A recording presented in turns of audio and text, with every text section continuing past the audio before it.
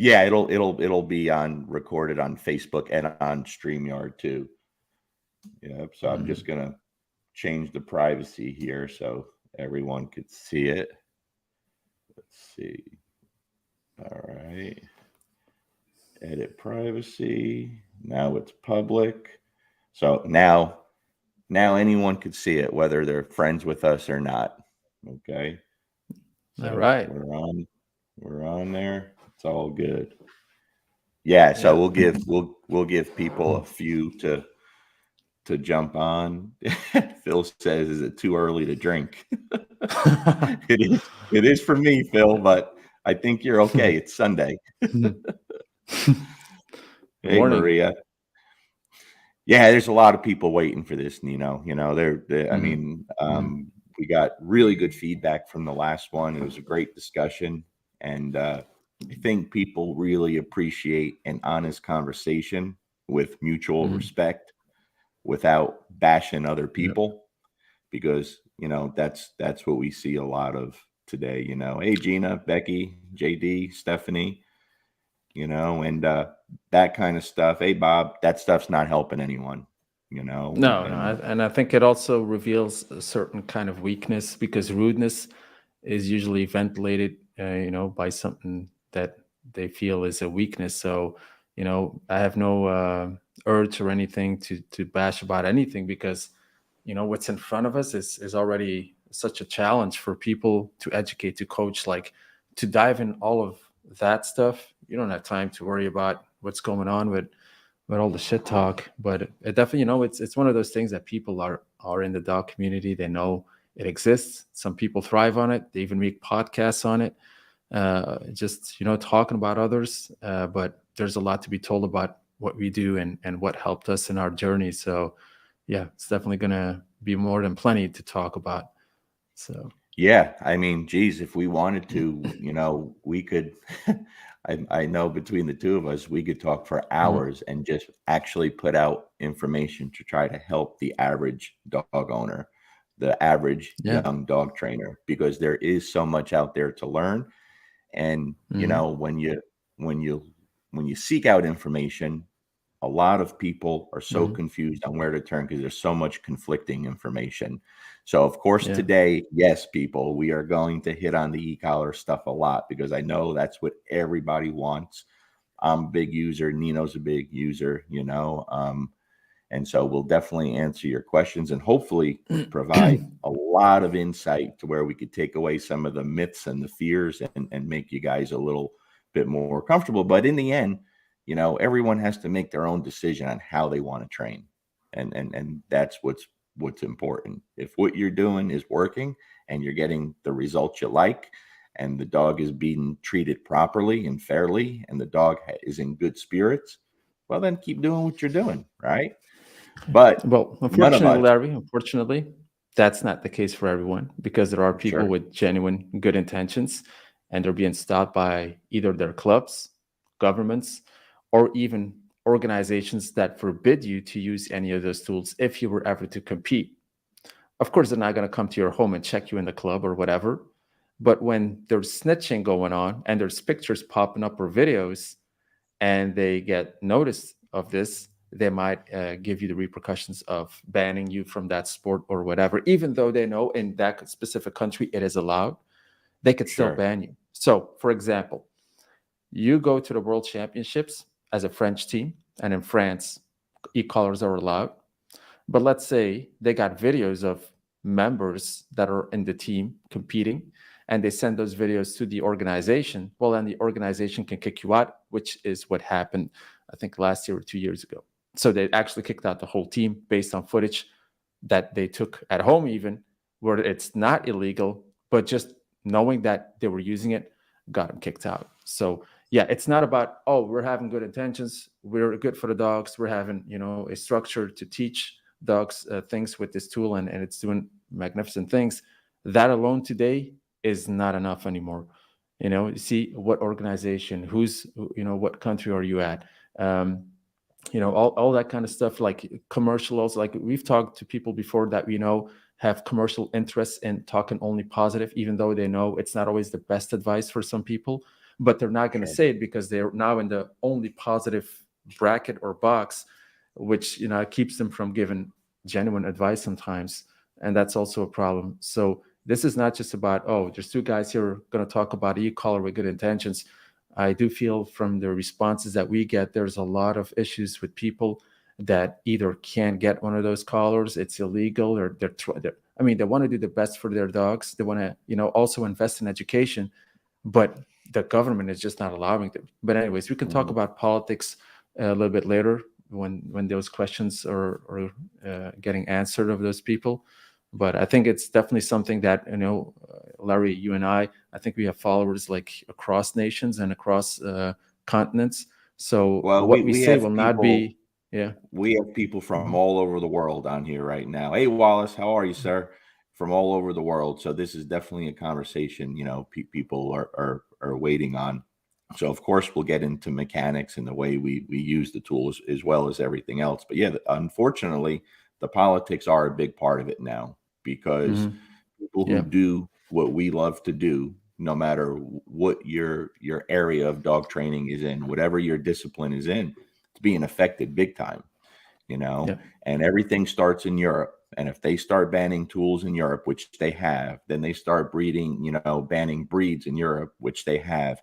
Everything Mhm. moves over this way, Yeah. and me and you do things a little differently, but a lot of the same intentions in the way, right? Like I work with so many average dog owners and a lot of dog trainers too.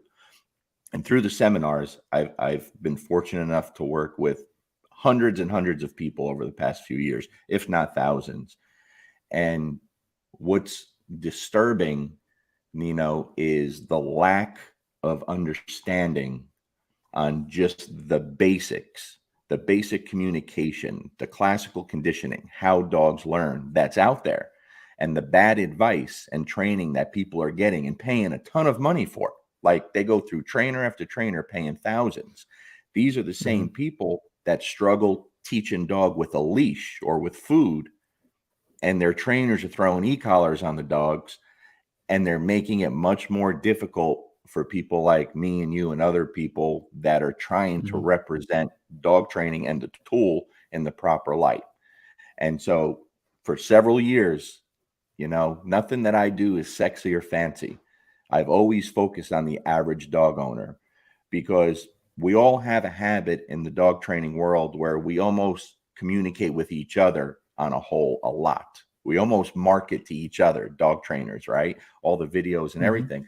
But when it comes down to it, the real numbers are in the average pet owner, the average dog owner. And that's why the purely positive people are winning these battles because they have the numbers of the average dog owners as to where the so-called balanced Yeah. trainers, the egos come into play, and we can't agree within our same group. Mhm.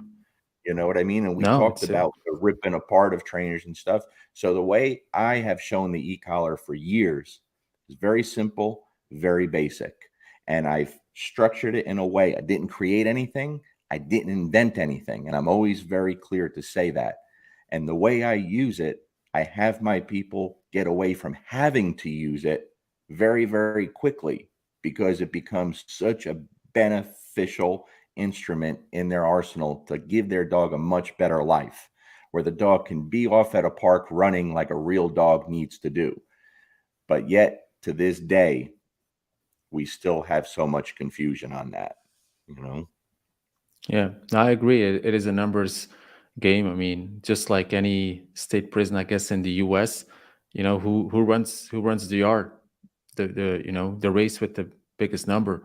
Okay, might Sure. be a little weird comparison, but that's what it is. It's like, yes, we're being flooded with all positive trainers or people that have different kind of breeds, or their voice is just so loud compared to the trainers that use this and try to educate people on this topic, that we're just outnumbered. We're being also sold out because these people know that there are some competent trainers out there as well.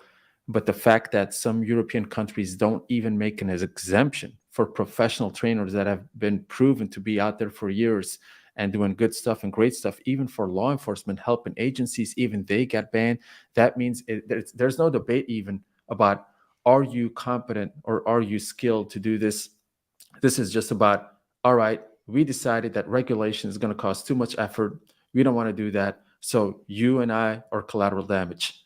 You, not yet. I'm saying not yet, but I will be soon because the ban has also been approved in Belgium. So from, within less than 5 years, we're going to face the ban also. And since the 1st of January this year, the ban in Holland is activated. So no longer any e-collars. But could you imagine like a country like Holland, who they have such a history with the KMPV exporting dogs, their training, and you can agree and disagree on the methods that they've used. But you're not going to tell me that in that country, that kind of tradition, there is nobody capable of doing this, and there's not an exemption, not even close. So, and they tried to lobby for it, and that was the hunting lobby because they have a little bit more big numbers than the protection work trainers. There was nothing to do about this. That's the way it was going to be, and we're just following like sheep other countries because it all started somewhere either in Scandinavia and Switzerland, and everybody just jumping on that same boat. And we're Europe, right? So we all got to be one. And yeah, that's what it is. And like you said, if one state in the U.S. is gonna, try to install a ban because it's just a populistic decision as well. I mean, if you're a politician and people that don't know what we do or not in our line of duty or job, and you would ask them, would you use electricity on a dog? Well, no. Are you okay with that? We banned this stuff, that this would be done forever? Yeah, sure. Yeah, why would you ever do that? So I can see that, but of course we're being completely dismissed. Completely. Like, in the US, things might be a little bit different because, the laws with guns and all that kind of stuff is also, is not as severe as Europe, for example. They still give you that piece of freedom and choice of living and what you're going to do with your dog and how you're going to train it. But I don't think it's going to last, like you said, because if, let's say, the entire European continent is banning it, and the US also as a Western country will try to align with the ethics and the morals of a Western community as a continent even. So I think it's going to follow anytime soon. I'm not sure when, but I think it will be. But that's, of course, another discussion. But let's just go with what we can do today, and that is the people that are still able to use this tool or purchase it or want to make the best out of it. Let's help these people today. And yeah, but these are concerns that are definitely on the back of my head and many other trainers. Like, hey, there's some people probably tuning in now that have one at home, but they can't be on a picture, but being caught with a collar on their dogs. They can't be on a video, so you can't say, "Hey, you might just shoot a video of your nice training session." Oh no, you can't. If anybody sees this, I'm going to be in trouble. It's like, what's going on? Like, Sure. you're doing a fantastic job. You're a champion. Why can't we just display what you're doing, all the great stuff the skill that you put into this? So if that means if I want to videotape you, we got to like make it look like you don't, but you actually do.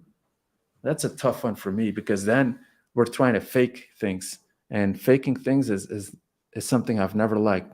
And same as with the No. police. When I was at the police working, and I was admitting that I was using an e-collar and stuff like that, and the federal police was the governing, entity that would tell you what you could use and not, and they knew I'd use it, and they tried everything to stop me. They tried literally everything. They even wanted to penalize me, like legally, stuff like that, but they couldn't because in Belgium there is no ban. But just I was like, yeah, well, I'm not going to pretend. We have to tell people what we do, and that's why we're here today, Larry. So All right, let me ask you this. What do you think is the biggest misconception or mistake people are still making with the tool to this day? 2022. There's no reason and excuse because there's plenty of good information out there for people to turn to. But to be honest with you, Nino, I see people turning to the correct information and still struggle. So why do you think they're still having so much trouble utilizing the tool in a way that the general public, when they see it, they go, whoa, that's actually pretty cool. Not what I thought it was, because that's what I see over here. I see people still walking around with the tool on the dog, relying on it constantly, using it hundreds of times a day with no beneficial effect. And that's what I steer my people away from doing. Yeah. What about you? All right, that's a great question, and I think that deserves a an answer that is not just going towards, oh, this is a misconception or whatever. Look, if we're going to give validation to people that we believe as good dog trainers, who validates these people? Well, usually judges in the sport, right? They would tell you, oh, X or Y, they've got X amount of performances done, and they got awarded with these kind of trophies because of their excellence in technique, because the dog was showing such capabilities. So what a trainer does in the competition, he is trying to showcase what this dog can do within the sequences that are being told he needs to showcase, and he can win points by showing how responsive the dog is, how fast the dog is, how high he can jump. So you're literally going to show the entire skill set of the dog and its talents, and overall great performance. And then a judge going to say, well, this was great. I'm going to score you with 100, a 99, whatever. So that tells people, other people in the world, like, hey, if you're looking for good dog trainers, we got to be looking for people that have gotten this validation of excellence. All right. That's how it usually goes. Now, let's find these people, and then you want to talk to these people, but these people can't genuinely tell you that they've used the tool because the organization does not allow you to use the tool. They're a country that doesn't allow you to use the tool. Well, now we're going to believe a fake story because they're not going to tell you, well, we do, but we can't really tell you. They're going to say, they're going to look you in the eye and say, of course, we're going to use it. All right, so now you believe, well, all this was possible. We could have reached the highest peaks in this sport without using it. But that's not the truth. And now we're creating a problem because we make a lot of people now believe, look, these guys done it without. Look at their performance. Look at their wins. Look at their trophies. Like they've done it all, and they've not. Because I mean, they've done it all, but they can't tell you the true story. They can't. So if you don't know the whole story, what reference can we tell people if you're saying, hey, look up this dog trainer X, Y, or Z, look at the performance, like, because if you want a reference or a validation, you can't just say, well, look at this freestyle videos of Nino, for example, because not everybody takes validation from this. Still every day people call me a circus artist because, why is this necessary, whatever. There's some people that see value in it, in the technical side of things, and those performances, but still today the reference is the sport, let's face it. And if these people can't even say what they do or what they use, or they have to lie about it because they have to do workshops and basically monetize their trophies, because I mean those trophies not going to pay any bills. But if you Sure. get invited to do seminars worldwide, now you can pay bills. Now there's people want to buy your ticket, hear what you have to say, but you're not going to give them the whole story. So they're going to leave with an incomplete story. And let's face it, you and I are an e-collar user. If you know what an e-collar can do, and for yours, what you say on the basic level, but also on the super advanced level in high competitions, the remote control that you can establish with minimum interventions. It's like it's day and night difference for somebody that does not use this. But there Sure. you go. You go ahead and tell people that you don't, while you do. Now we're creating a lie here, and we're telling people, hey, just go out there and do 50% of what this guy does.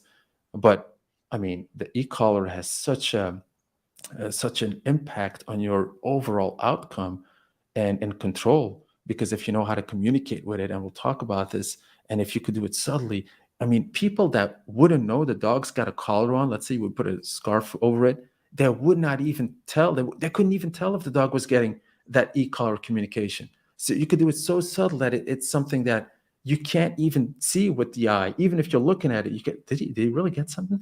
But people see the obvious. What do you see? People like dogs that start Sure. screaming, you know, dogs that feel like a complete mess, stressed out. That's what people see, and that's very. I mean, that strikes you because, like, hey, what is this BS, man? This got to stop. How do we stop this? Well, guys, you can sign this petition, and then we can stop this, immoral abuse of these dogs. But hey, let's face it. If you're just going to spend thousands on a collar or hundreds, and in education, your intention is not to to have a dog that crumbles, that cries, that screams. This is not going to happen. I mean, I assume that's not your idea of why you want to purchase that tool in the first place, but it does happen. But let's face it here, and this is something that strikes me the most. I was a police officer, and I still am active, but active duty on absence of leave. In the 18 years in the 18 years and 12 years of those 18, I was responsible also to look for dog abuse, like cases and stuff like that, because as a canine unit, you have that responsibility to also follow up with that. Never in those 18 years was I called to investigate e-collar abuse. But do you want to know how many times we got called for abuse with a dog that is not e-collar related? All right, Sure. so that means everything that goes to these courts and the judges that do find these people or give them sentences, right, based on the abuse, well, it didn't have anything to do with an e-collar. So how on earth, if those statistics tell you that they're all, I mean, the fines and the sentences given by these courts are not equal related, why do we have to install this entire law of something that is on paper not even the biggest problem? Their biggest problem is with nasty people that do nasty things and that shouldn't have any animal in the first place. But why is this scream so loud of an anti-e-collar stuff, whatever, and abuse? Of course, there's cases, but let's just compare it. The cases of abuse without a collar, they outnumber, since we've been talking about numbers, they outnumber the ones of abuse with a collar by thousands. It's crazy. So it's like, then it becomes a political thing. Because look, somebody goes in, this is exactly what happened here. The anti lobby, they got an appointment with the Minister of Agriculture. Those are usually the ones that, look into this stuff. And they zap him with an e-collar with a doctor, by the way, on the max. He's like, ow, Right. ow, that hurts. Well, we're not going to do that to a dog, are we? Well, of course you don't want to do that to a dog because, well, also now that he feels pain, every dog feels pain, absurd as it is. But anyways, his sensation was so like, oh, well, we can't be doing that. We're people with morals and with ethics and standards. And I mean, we're contemporary in this time and age. We're not going to do that to our animals because these animals live with us, they are serving us, they're loving us. Why would we ever do that? So if you're coming in from that emotional point of view, well, then it would be a shame that that's your intention. But of course they don't know there's levels to this. There's other dogs with higher drives, no pain thresholds. There's also the way you introduce it, the overlays you do mechanically, all the stuff that you teach, so it becomes like almost an invisible leash. Like none of that was ever talked about. It was just like, do you feel this pain? Let's stop this pain. Okay, you can stop this Sure. pain.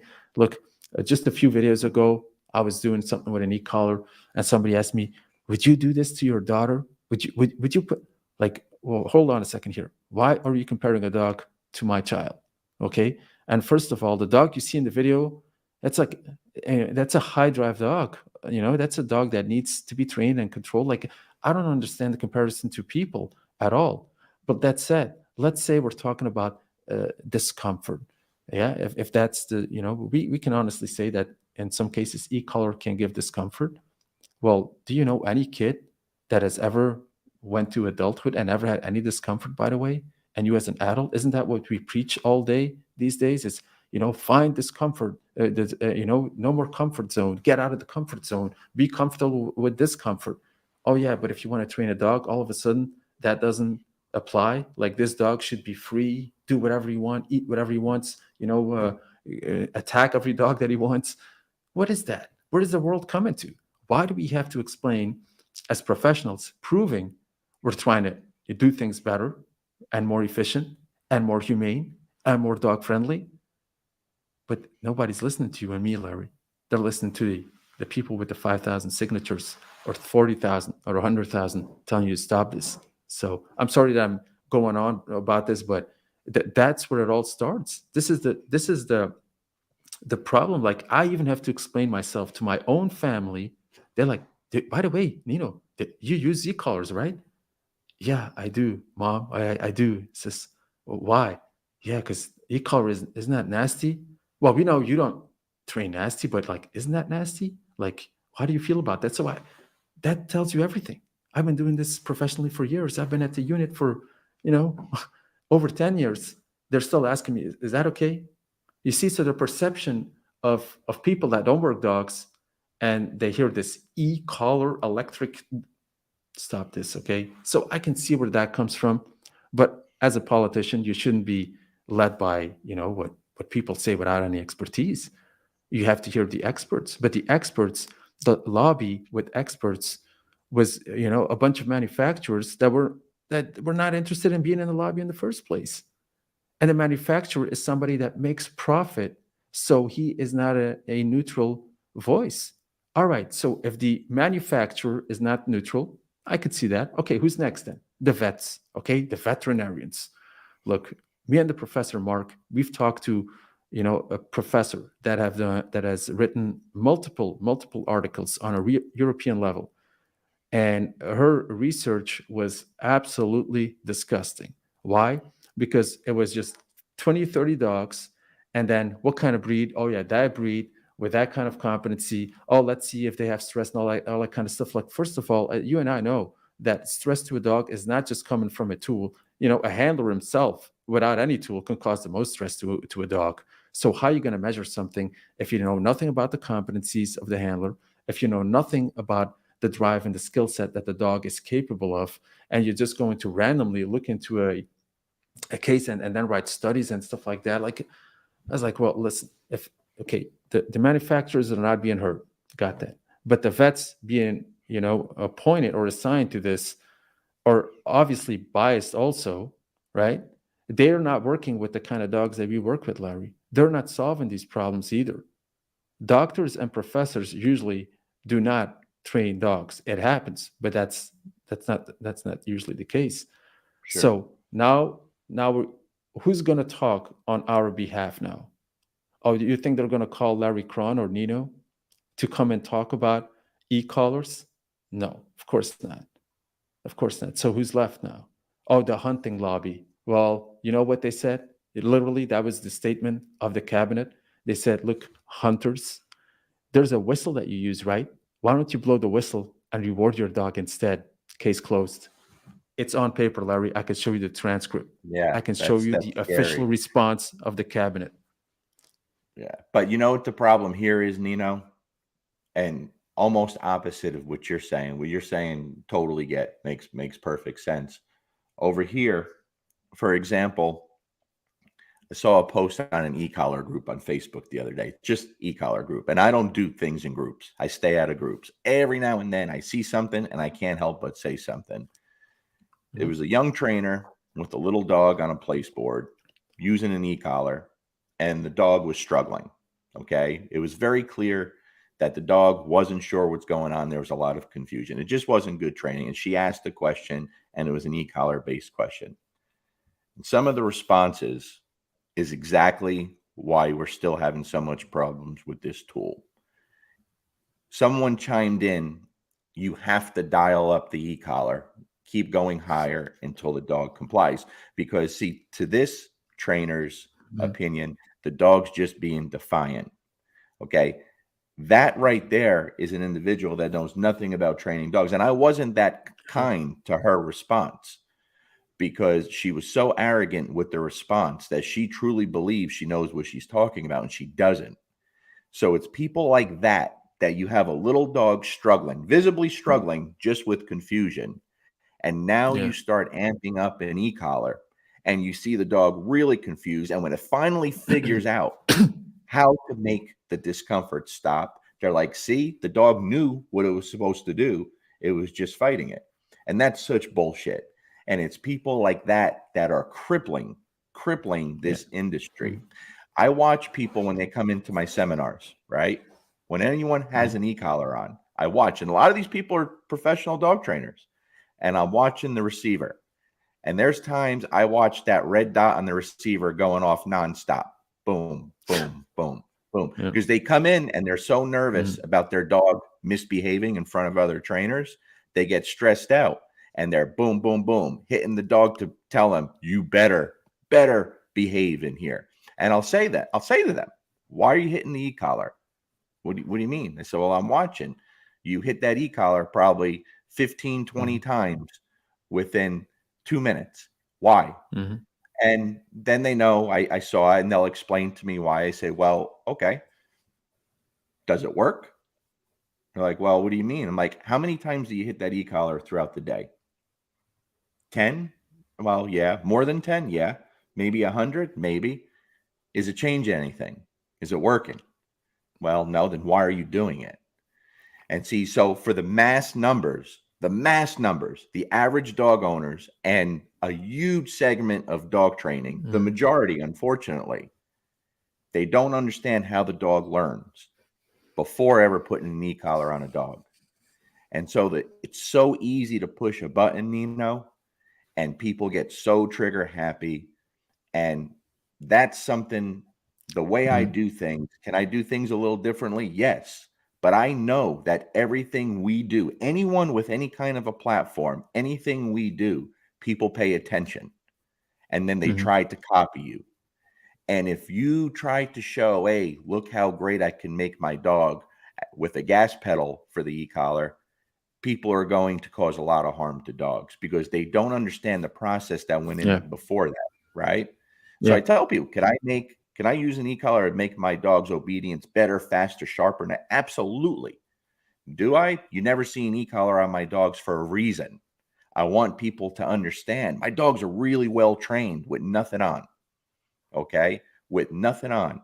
I'm very conservative through that whole training process for people with the Yeah. e-collar, that conditioning phase, that much slower than they'd have to be, but I do that on purpose because it forces people to start learning to have some kind of connection with the animal and to spend some time learning how the Mm-hmm. dog responds to things.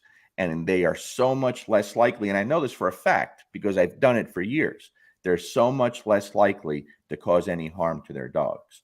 So when I'm Mm-hmm. working with someone, whether it's a seminar, whether it's a private lesson, my people don't cause harm to their dogs with e-collars.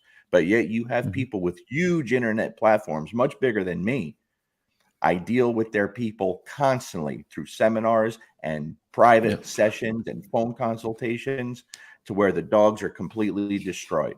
And they were destroyed because of the e-collar, not solely Mm-hmm. because of the e-collar, but because they had no idea what they were doing. So if you pay $4,000 or $5,000 for someone to train your dog, and they say this dog blows up when it sees a dog on the street, and they tell them put the e-collar up to 127, and when they see the dog, here's an exact example that I talked to the other day. The dog gets reactive in the house with the other dog. Okay, put the dog in Mm-hmm. the crate, a pit bull, mind you, a pit bull. Turn the e-collar up to 127 when the dog's in the crate. Hold the button down for 10 seconds. That's someone paying thousands of dollars for this advice. So, see, Mm-hmm. that's what I see 365 days a year, dozens of Mm-hmm. times a day. I talk to people like this. 3 or 4 years ago, when I started talking about this, 5 years ago, people would tell me I'm full of shit. I'm trying to be holier than now and build my own business. I said, no, you don't understand. This is going on. I'll never forget. One trainer said to me, I don't believe you because I don't see it. The funny part was he didn't see it because he was one of the people doing it that I hear about all the time. So of course he's not going to see it or hear about it. You're one of the suspects. You're one of the Mm-hmm. problems. Okay? And Mm-hmm. people still can't get over that fact that it's not just a hammer. So someone, Steve Washburn, hey Steve, he said e-collar is a communication device. It's not to train a behavior in or out of a dog. Well, that's not exactly true, Steve. And so that statement, what exactly does that mean? Because see, there's a lot of people that have the e-collar on and they say, oh no, it's not to punish a dog. It's not to teach a behavior. It's just a communication device. Well, what does that mean? A cell phone's a communication device, but I can tell you exactly what I want. An e-collar can't do that, right? Unless there's something really tangible attached to it. So I make it very, very simple for people. Very simple for people. You have to understand positive reinforcement before you do anything, right? How to teach a behavior. If you don't know how to teach a behavior with a leash or with food, you shouldn't be moving on to anything else. Then you ask someone to describe negative reinforcement, explain how it works, and they're going to recite the quadrants. Just reciting the definitions of the four quadrants doesn't mean you could train a dog or you even know how they really work properly, right? So if Yeah. negative I agree. reinforcement, and this is the most Mm-hmm. sciencey you'll ever hear me get, negative reinforcement is just the ability for the dog to escape and avoid pressure, no matter what kind of pressure it Yep. is. Mm-hmm. Now, let's think about that in terms of the e-collar, right? People say, well, why do you ever use the e-collar before a command? Or when would you use it after command? For me, just me, very simply, I only used to use the e-collar as negative reinforcement after I gave the command when the dog was learning. Then someone far superior than me taught me, hey, if the dog's ability to escape and avoid the negative reinforcement is taught this way, don't you think they would learn it much better if they learned how to escape it both ways in the beginning? Come on, the pressure, give the command, Yeah. turn it off. Same. Yeah, that makes sense. So when I started doing that, which lately became very controversial, right? When I started doing that for the first couple of days, the learning and the behavior, the attitude of the dog went through the roof. Everything got better, right? So now people like to say like that e-collar is used before the command like forever. Not for me. So my whole goal with the dog is I spend maybe 2 days in that conditioning phase where I'm using the recall and the send away and using that e-collar before the command, that continuous for very short moments with positive reinforcement, negative reinforcement, to teach that dog how to escape that stimulation, right? That's it. Because the end goal for me and the people I work with is if the dog's going to learn how to avoid it, they first have to know inside and out how to escape it, correct? How do I turn this off? So the first 2 days, 3 days tops that I'm conditioning a dog, and they know in the beginning, like, whoa, what is that weird thing? But I call the dog or give a little leash pressure and they know that, and it goes away and they get rewarded. Now the dog starts learning, oh, I know how to remove that, right? If they know how to remove it inside and out, they know how to Yeah. avoid it. Now, after a couple of days, when I say, hey, Fido, come, and it doesn't come, and I tap after, and he goes, oh, I know how to turn that off, and he comes to me, I'm no longer using the e-collar before the command, contrary to what some groups out there like to believe. But at the same time, and you tell me if I'm wrong, people like you and many others that use it like a gas pedal in performance, you could do it both ways. You could do it multiple ways. When it's not such only used as an aversive, we could do incredible things with that tool, as I have shown for myself, you have shown constantly, many others have shown, right? But you have the average dog trainer representing the numbers and the average dog owner who puts that thing on and they don't like what the dog's, oh, they pick up the remote and the dog cowers. It's not what it's supposed to be like. And so those are the people that when these governments, these agencies come after us, those are the demonstrations they use. They're not using my videos. They're not using my dogs because they'd lose. They'd lose. Yeah. They'd say, well, what's the problem with this here? Okay. Yeah. So I take my clients that have no dog training ability, zero, nothing. Some of the worst handlers you'll ever see. They have no knowledge of how a dog learns. They go out and they get a high drive working dog, or even worse, sometimes a high drive bird dog that they have no control over. And by the end of the first week, they're at a regular park or going on a hike, and their dog is running free, and it's never experienced anything to destroy the dog. But yet, these governments and these people, these purely positive people, want to take that away from not just the people, from the dogs. You're going to tell me you care about dogs when you want them confined to a leash the rest of their life? How many dogs are going to get killed when you tell someone use a whistle and food and your dog will come back to you when it's chasing a deer? How many dogs are going to get hit by a car? Right? But these are the things we're not doing. So I watched a video the other day on e-collar stuff, and it was real long video, and it went on forever. And I'm always open-minded, and they had good intentions. But I watched the whole thing because I wanted to see if I'm the average dog trainer or the average dog owner, even worse, did I get anything out of that that's going to help me and educate me? And the answer was no, nothing. I'm still just as confused, right? So for me, there was a time where I said, I'm done. It's not worth the headaches, you know? But the feedback I get from so many people all over the world, you know, when I get someone who says, this changed my life with my dog, why would I stop doing that? There's no way.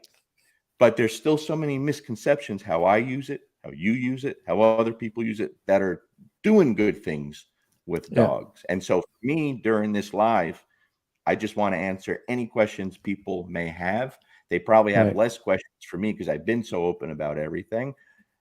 I said this to you before we came on live. I Mhm. talk to so many hundreds of people every month, Nino, that go through every kind of program possible.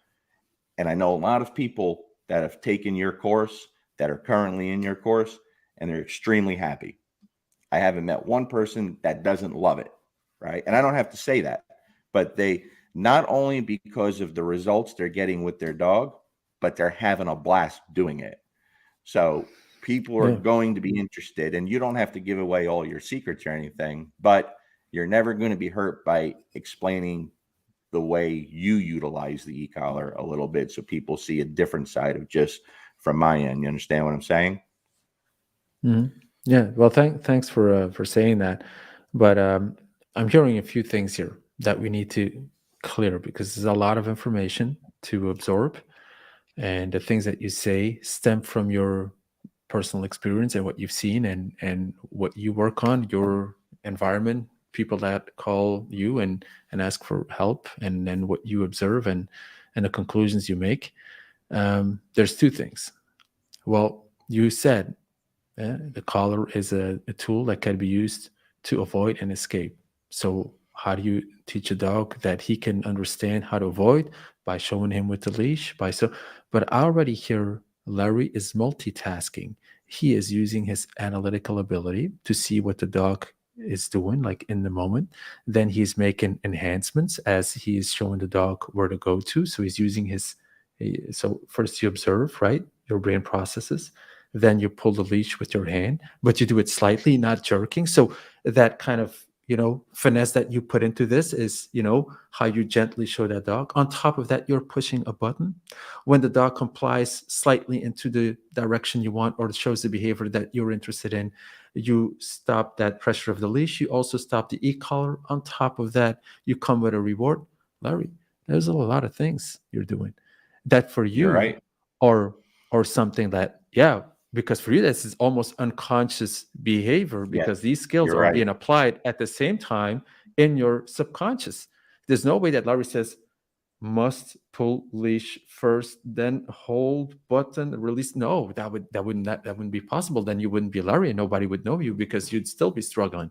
So you find a way to combine all these skills.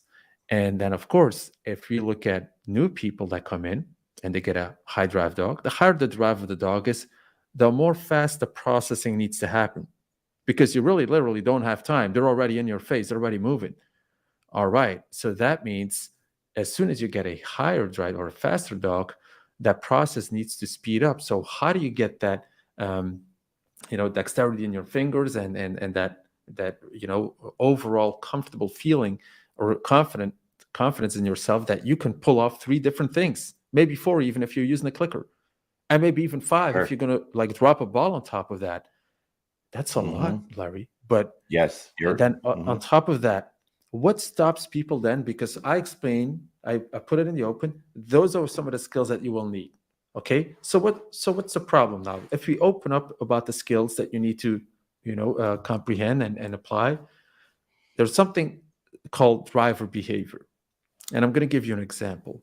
And this is scientifically validated in psychology. So it's not just a story I make up. This is validated. That means it's true. And if you are, let's say, a try no, I'm going to a be strong. That's one of the control mechanisms of the one of the five main drivers people can possess. That means, as a person, you will take always your aim is when you're losing control, you will take responsibility of the task that was given to you, or you accept it, or you want it to complete, and you're going to make sure that this result is guaranteed. So they're not. I mean, that is something that is sacred to you by default. It's a driver. How that develops, I mean, that's a different topic. We could spend hours on that. But anyways, what happens is if this driver is activated, your subconscious behavioral patterns take over. And in this case, if people work with an e-collar, they might revert to pushing harder, longer, or on higher levels because they want to ensure that this result can be achieved. for themselves. If you're a try hard, that could be even to impress somebody else, that you can come back and say, look what I've done with this dog in X amount of time. You see I'm capable, you see I'm competent. All right. So with with unconscious guided behavioral patterns, because you don't know what your control mechanism even consists of, on top of that, you're trying to learn all these new skills. And what talent is a combination of unique skills that you apply simultaneously. So we're expecting now, as dog trainers, to go into talent development and control mechanism, behaviors of people. Some people are still figuring out the four quadrants. We're going to add Sure. more on top of that.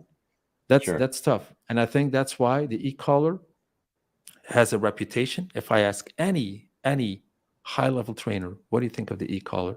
They always respond the same thing. When used by somebody who is competent, with somebody who knows what he's doing, somebody has good intentions, I have no problem with that. They always answer the same question. But they don't answer the fact like, well, then how do you become competent? How do you apply this, Larry? How do you do three, four things at the same time? Well, let's then break it down to maybe start with doing one thing at a time. Sure. And maybe let's start finding a match for a dog that suits your speed and capacities of what you need to learn first. That said, it is true that you're going to get a Malinois as a first dog. Some people can rapidly learn. That means as an indication of high talent, if you can learn new skills in a fast manner, in a fast way. But there's also a lot of people that are not competent. So let's go through the four components. Either you start and you are not competent. So you are struggling to learn a new skill. It's costing you a lot of energy. It's costing a lot of effort and a lot of time. All right. The second phase is you could be more or less competent. You can do it. It's still going to take a lot of energy. It's still going to take a lot of time from you, but at least you're hitting the ball at the right moment sometimes. All right, great, more or less. Then you have competent. That means you have put in the time, you have done the work, you are getting visible results. Yes, you are putting a lot of time in, but we can see that you are eligible, that you can do it. And then you have talent, which is you are the same as competent, but you can do it better, faster, and more efficient than the guy who was creating that competency because he didn't have the talent. You see, so talented and competent it's not even visible sometimes with the eye, like, oh, he's talented, he's competent. No, it's all about how much time did he take to learn all this, yeah? Sure. And how fast can he do this? And does he get better and more efficient results by doing even less than you? All right. So, and that's it. That's why dog training is not almost, it's by default an individual process. Because, Larry, if somebody comes in, you will be dependent on the intellectual ability of your client, right? Because you can talk to them about all these things and quadrants and psychology. You can even explain is like what I'm explaining because you understand. That doesn't mean that they understand, let alone that they can understand this and also understand the skill, the mechanical skill that goes with what you want to achieve. And when you think of, pop, a leash, a little pop, or a leash correction, or a leash manipulation, for some people that is, excuse me, there's a leash and I can pull this thing. How hard I have to pull it, I have no clue. This dog weighs 50 kilos. Do I have to pull it really hard? I guess so, because else the dog is not going to feel anything. You see, so for them, this is already a $1 million question. Like, what do you mean pop the leash or jerk the leash? They like there's so little reference for them to like imagine what does Larry mean with that? Apply a little bit of pressure. For some people, it's like blank. Nothing happens in their brains. It's like Mm. pressure. Well, I don't know, but you have imagination. You have a vision on when you're talking about this. I can see. I go into Larry's brain, and I can tell that you're seeing this in front of you. You're exactly in tune with what you tell. But for some people, that's not the case. So then when Sure. Larry talks, they're hitting a wall because they're like, I'm not even on the level that I know what to do with a leash, let alone stimulate the dog, also pressure the dog, feel like what am I seeing signals where the dog is trying to scratch himself? Is he in a higher state of drive where I can amp up that e-collar a little bit? Is he in a lower state of drive where I have to put that lower and combine it? Like this is skill. This is all skill. So we'll have to start with skill development. There's no other way. We can talk about 100%. the good 100%. intentions all day, and we could say buy this brand of e-collar or try the continuous button. So maybe the NetQuil will be better for you to do a few nicks instead of the continuous look. This is all detailed stuff. This is all we can get into that once you've mastered some of those basic skills. But for some people, when you say basic skills, oh, that's probably reading the dog, right? Yes, reading the dog, but there's a huge difference between reading a dog from behind your desk and reading a dog in the moment where you're handling this dog and this dog is acting weird and funny or doing things that you were not expecting, and not start reading this dog. You have problems reading your own driver behavior, let alone somebody else's, this animal's behavior and your own behavior and how that's going to match what you need to do. And this is where the 100%. whole problem starts, is we have always been taught from a traditional point of view, teach the dog the mechanics, teach the dog how to sit, teach the dog how to, yeah, okay, so how do I teach the dog how to sit? Put the food, yeah, raise the hand or use the leash, the pressure. These, like the most basic thing that I'm saying here now, for some people, this is already skill development. How do you put a piece of food in your hand? That is skill development. I have to like explain in a class. I was like, yeah, the food, yeah, the wrist control, it's very important on how you manipulate, how you get technique from a dog. Uh, how do you hold the food? Do you hold it here? Do you hold it here? Do you open it? Do you, oh, why? I didn't even think of that. Yeah, maybe Right. that's the first question. How do I hold a piece of food? Getting in another trainer, phenomenal trainer who's on my team. She does it all with open hand. So the food's here in the open hand, and she's like guiding the dog with the open hand. But I'm here using the closed hand. Can you imagine that somebody coming in, seeing the both of us says, what are you doing, guys? Is it open? Is it closed? How do you get Sure. the dog even to go with that and not eat it? And do you correct it then when he eats? You see, they have so many questions, and we're not even talking about multitasking. Just the basic of the basic skills. I think that the leash skills that I have seen over the years when I travel doing workshops, the leash skills, either the leash was in the hand and was not used. The hand just didn't move. They were just so focused on what this other hand was doing that this hand was completely out of the picture. So they're making it harder on themselves by holding a leash, not using that leash in any form or use whatsoever, because they're so focused on this one thing. And on the other hand, then when you ask them to apply leash skills, the finesse of this leash skill was like, it was bad.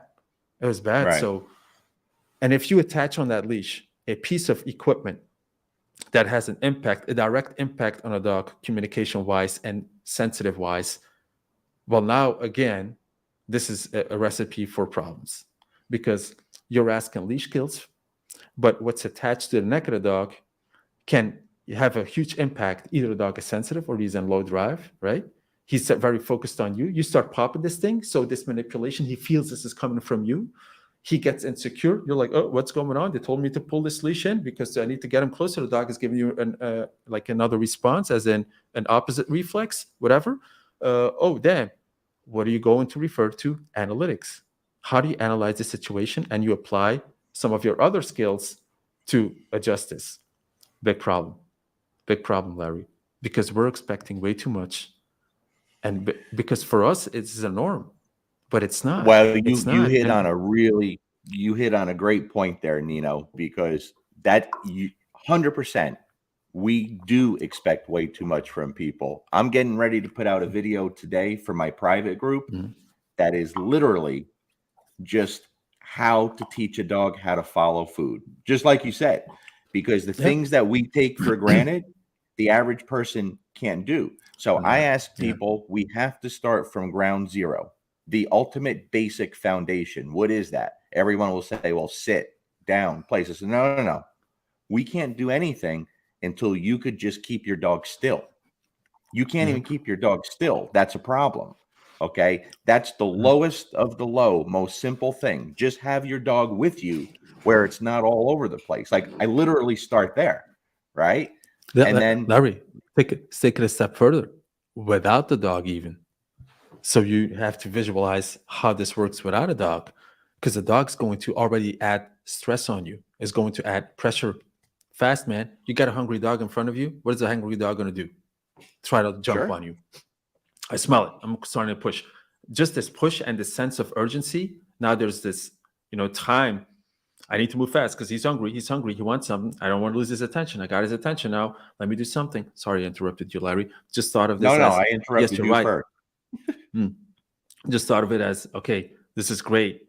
But even the prerequisite to this is actually without a dog.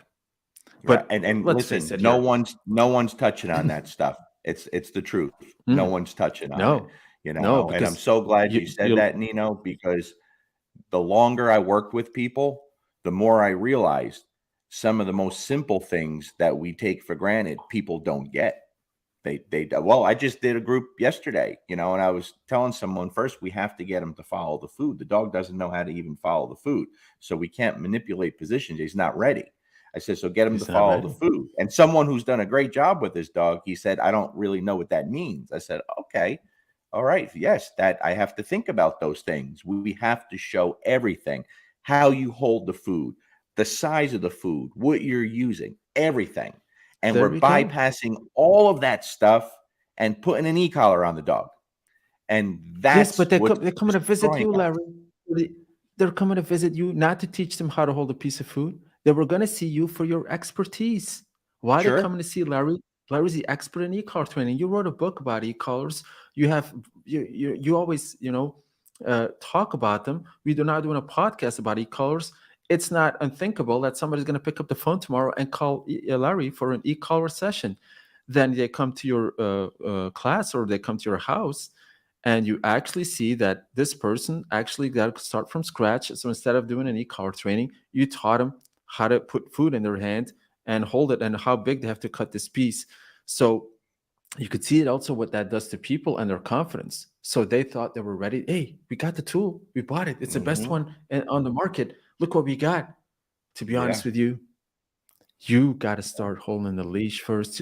And of course, that's also hard because somebody, wants the expertise. You want to give it. You're eager.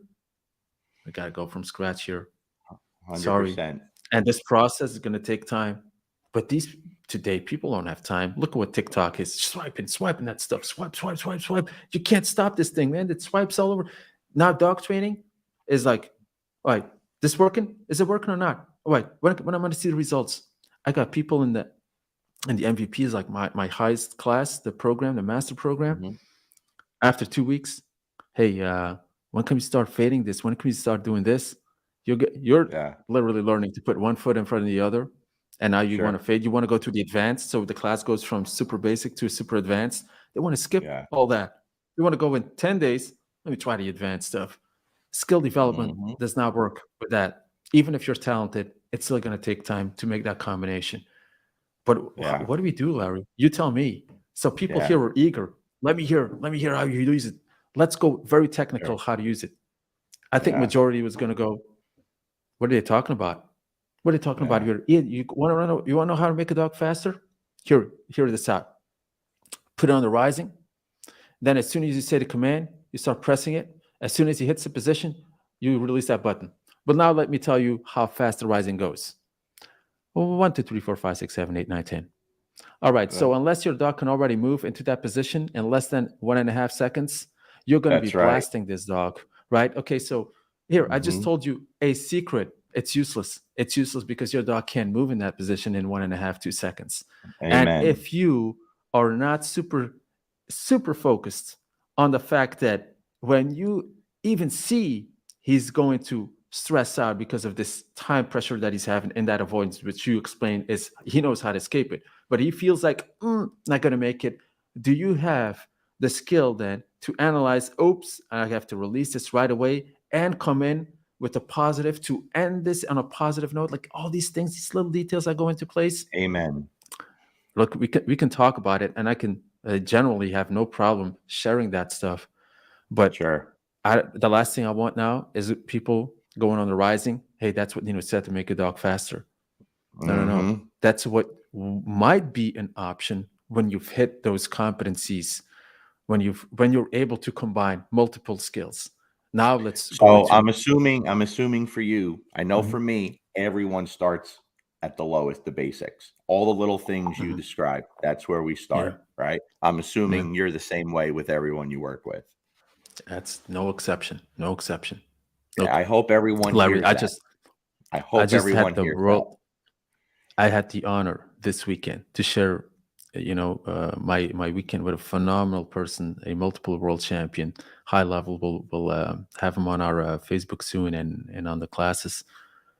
Look, when we talk, I don't see, like, I'm not talking about, like, yeah, of course, I talk about his titles, but when we train, you think I would say something because he's a world champion that I wouldn't say something that I would see that he would need?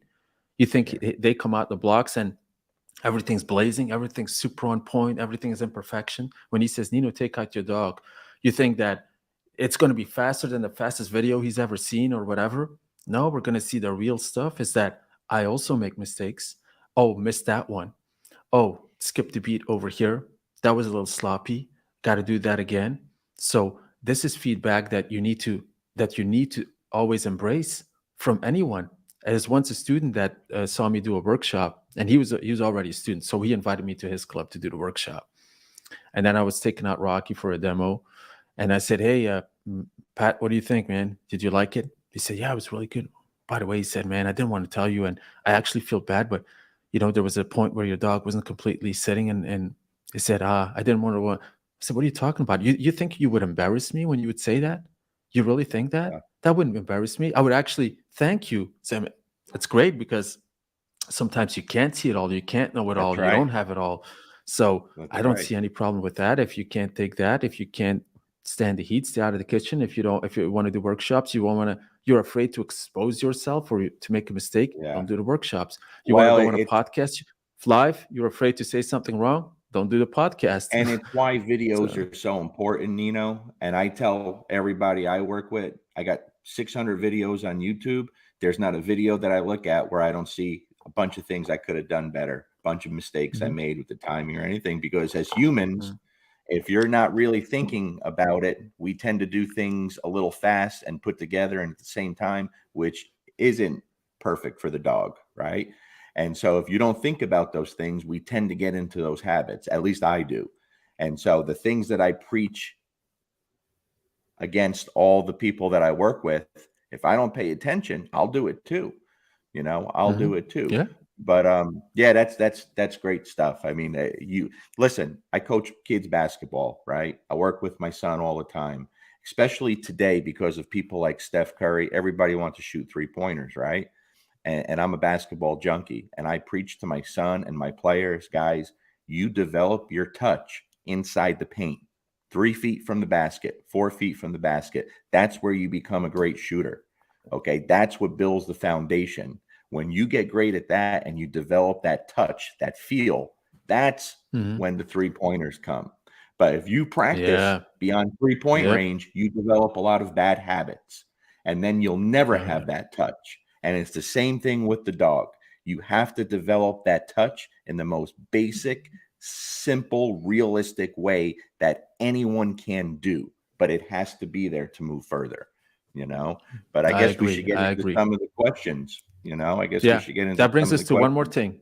One more thing about this, Larry. Let's say you are on that track, you understand that skill development in multiple areas is going to help you elevate your game plan for the e-collar. Who's going to make the assessment? Who's going to say you're on the right track? This is it. Unless you have a Right, coach. But who these days has a coach? No, you have a dog training advisor. So right. this person tells you, gives you some advice, you take it or leave it. Coaching That's means giving you two you weeks, understand. taking your dog for 2 weeks and giving it back to you Yeah, and giving you an hour. This is the button you exactly. press. That's a Mhm. problem. That's a big Yeah. problem. It's an automatic failure, It's a Mhm. failure, It just you can't win doing that. The industry can't win, the owner can't win, and the dog can't win. And in the end, we're all going to lose because of that.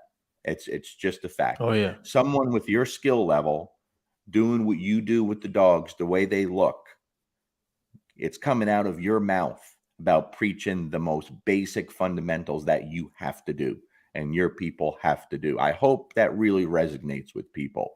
You know what I mean? I really do, because you're doing a very high performance dog. they'd look phenomenal. But it's not just you now. Now there's more and more people that I personally know that are doing great things, not with just Malinois, with everyday pet Hmm. dogs that are looking phenomenal. And so I Hmm. hope they understand they didn't get like that by putting the e-collar on the dog. Oh They no. had to first Hmm. learn how to hold a piece of food, how to hold their hand. Hmm. They had to do that. There's no getting away from that stuff. There just isn't. You have any questions you want to get to, Nino? Yeah, let me open up the question list. We might not be able to go through all of them, obviously, but let's just, and I didn't read them all in advance, but I do have them ready. So somebody, and well, you actually already talked about this one, so we can skip that. Okay, how can the stim, and I think this is a good question, how can the stim be used as a reward marker and a correction at the same time? I think that does give a lot of confusion that, we do perceive we can use stim as a reward or use stim as a correction. Now, I'd like you to, elaborate on this one first, if you can. So, what does that like do for you? This question as stim reward, stim correction. Could you explain that? Yeah, sure. Okay. I'm not really using the stimulation as a reward. Okay. Maybe right in the beginning, depending on the dog, especially if it's had a bad experience, maybe I may use the low level stim as a tap, feed, tap, feed, tap, feed, depending on the dog and the situation. But that comes with reading the dog and have done many, many dogs with the e-collar before, knowing what the dog had been through, right? So for me, it's mostly going to be negative reinforcement in the beginning through the teaching phase. So I'm very simple. My ultimate goal, my ultimate goal is that the dog is reliable with the e-collar on when it's off leash when needed. That I can call the dog because that's the people that Hmm. I work with, that's what they want. Okay. With Hmm. that being said, to stop a behavior, absolutely very, very simple. If your dog is digging in the yard, it's chasing a deer, very simple. But where people fail with that, Nino, is people get caught up on this low level stuff. Everybody wants to preach low level and they're very proud that, oh, I only use low Hmm. level. I never use high level. Yeah.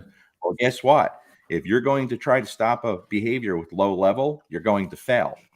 And eventually you run the risk of your dog getting truly hurt or killed. What do I mean by that? Hmm.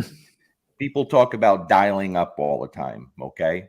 I don't do that myself. I'm just telling you what I do. Once my dog is trustworthy and I know that I could take it without a leash attached, it's wearing an e-collar, we're out in public, that e-collar is set at the appropriate Hmm. level for that what if moment. What if my dog chases Hmm. a deer? What if my dog runs after a cat into the street and there's a car coming? Right? I am not putting it on a low level that the dog was trained around my house and then going up and utilizing that when the dog takes up and start dialing up. The second you start dialing up, you lost the opportunity to stop that behavior permanently. Their timing is Hmm. off. And when you start trying to punish a behavior or stop a behavior with low levels and you continue to go up until it works, the dog can adapt to take the higher levels with no effect. So to stop a behavior, you start high, you end it, you'll never have to go high again. Once or twice, that's it, you'll be able to go low. And that's why I put the story in there about Jesse, the dog that was living on the streets and would chase cats and stuff.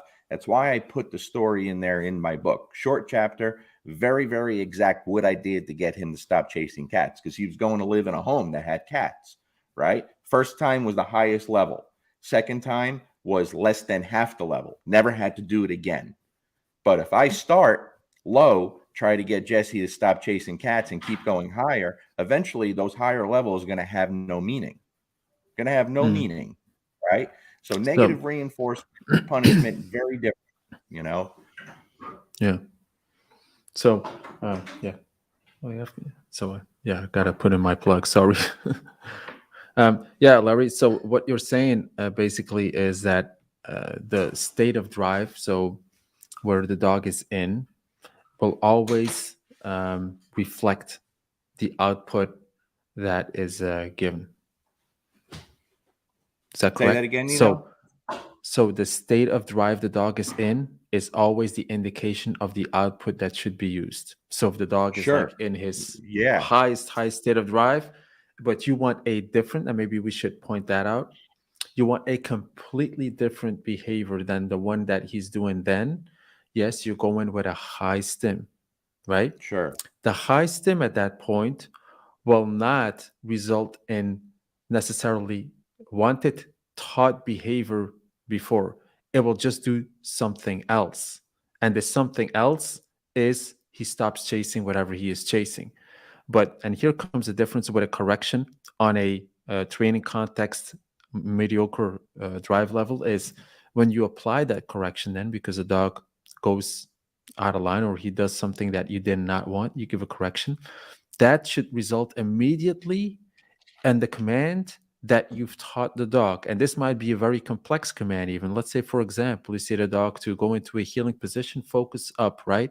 He's doing something completely different. He gets a correction in high drive. So let's say that takes place on a higher stim level. But then the difference is this then should completely go into that wanted behavior, complex behavior that you've taught the dog before. So, Sure. and that is something that's a distinction we have to make, because what you refer to as chasing the deer or the cat, it is actually outside of training dressage context. That means at that point you want to stop the animal from taking that action or ongoing action. So the 100%. stimulus will put this dog into a different state of mind and have him, try something else.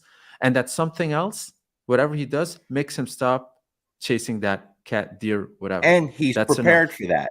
There's no negative Hmm. blowback from that. The dog has been prepared. So Hmm. I want to read Kashi's response here. He says, this is a changed stance from Larry's earlier conversation with Ivan, where he said he would condition the dog to a level of correction before using it as a correction. That's not true, Kashi. He may have assumed that, but that's not true at all. Never said that. I don't condition the dog to a super high level of correction. I don't have to.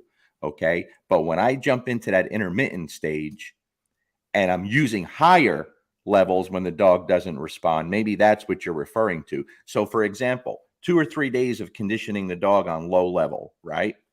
Now, when I jump in that intermittent stage where I'm working in those 4 different combinations we're talking about, now when we're out, say, and the dog is off leash or he's on a long line, and I call the dog and he doesn't respond, and I'm following up with a higher level stimulation, I'm not talking about blasting the dog.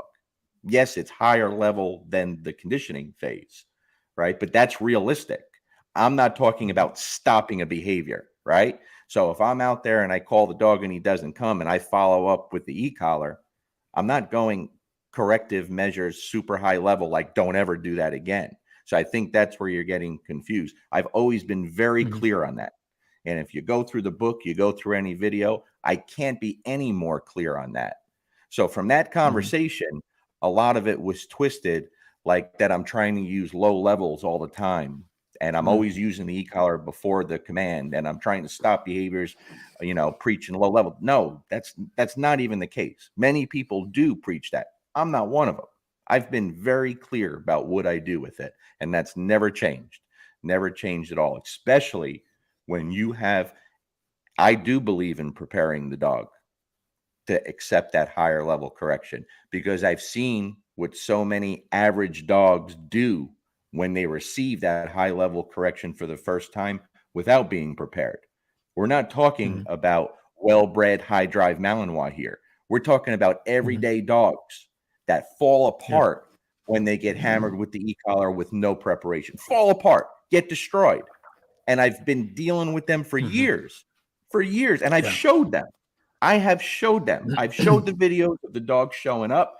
You've heard the stories from the people explaining what was done with them, why they look like this, why when the e-collar comes on, they're shaking and they can't even Hmm. function because of what they've experienced. So I've never strayed from there, Kashi. That's not true. Okay. Not even close to what I'm explaining now. Go ahead. So I have Larry, a yeah, question if too, though, when we get to it, that's a little more specific on adding punishment to a specific behavior. Does that make Yeah, sense, and Nino? it definitely does to me. It definitely does to me. But because you referred to this specific conversation of can you prepare a dog for the high stim if you kind of customize them to lower stim? That's what this whole debate was about, Sure. right? Is that correct in a Hmm. nutshell? Like, In a is it true or nutshell, not? yeah. Yeah, that you can prepare a dog with low stim so he can take the hit when it does come a little bit higher. Now, first of all, I did see parts of that conversation. And the first thing I thought was, why are we talking for hours about something that is and will always be arbitrary? You have zero scientific proof, nor you nor him, of what that dog thinks.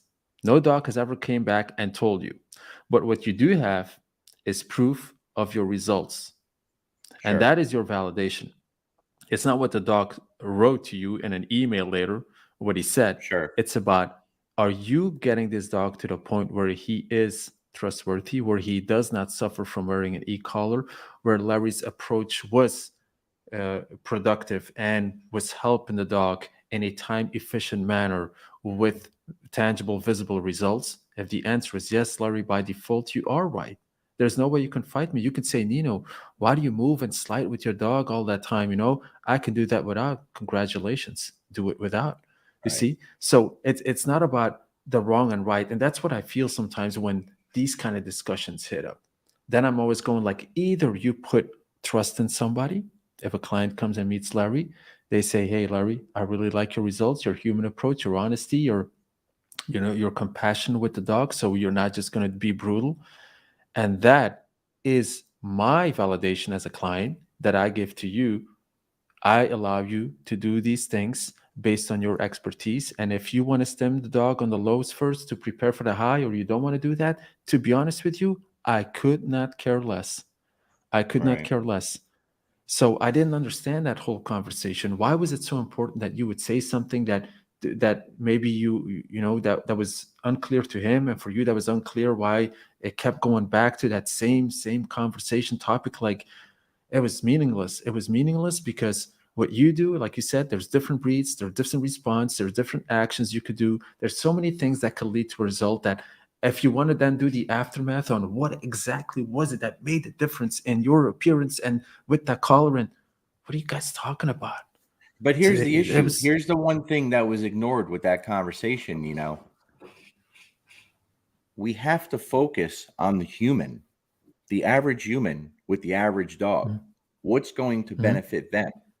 So the way of only can you get your dog to recall 100% if you only use the e-collar as an aversive like you would a leash after the fact when the dog doesn't respond? Absolutely. 100% without any problems to the dog. If you do it, if I do it. But the problem is when the average person tries to do that, they've been trying to do that since the 70s and the 80s, and they have failed. Mhm. Hundreds and thousands, if not millions of dogs. They have failed the dogs because they tried to use the e-collar as an aversive only when the dog Yeah. didn't do, right? That's Mhm. my whole point against going that way and promoting that style. Why I do things the way I do, which again, by the way, I didn't invent or create. I'm just taking Yeah. with better people before me have done. But I seem to be the focus because I guess I get a lot of attention for it. And I get that. But I've always been very clear. I never invented anything. I never created anything. This isn't the Larry Krohn method.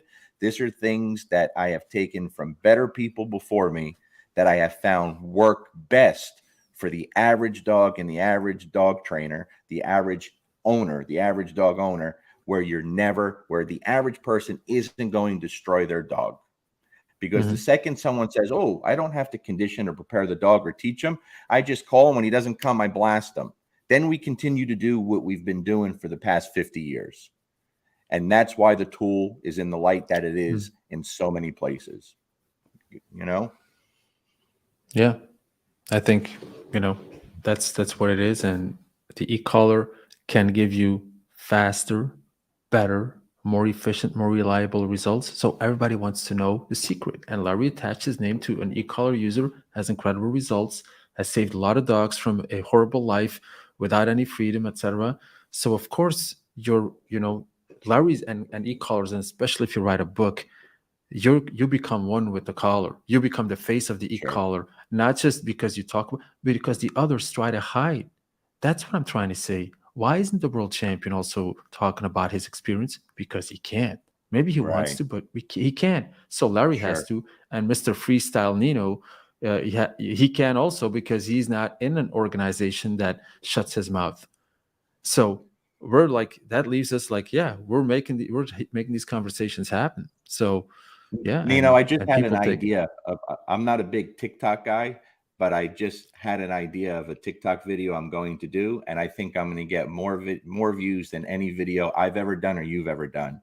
I'm going to take your video of you Mhm. doing your moves without the dog that you got so ripped apart about by so many.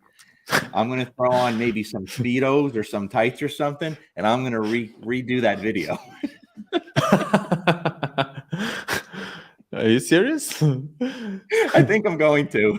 I'm going to have to be doing a little drinking probably, but I think I'm going to do it. All right. It's going to Yeah, be well, I'll it's going take to you up be to for that. you. Yeah. All right, I have a good Awesome. question here too. That's about a very Hmm. specific video that I put out. Ara says, Hmm. in the video where you taught Dante not to nail Luca during a ball game after you conditioned him to the e-collar, did you do any intermittent training after the conditioning phase, or is that more of a pet dog general recall proofing phase? That's a good question, Ara. So I showed that video for a reason. Again, because a lot of people say, oh, Larry doesn't use the e-collar to stop the behavior. I had to show people not true. And it's not the first time I've done it. I showed the same thing with Mango.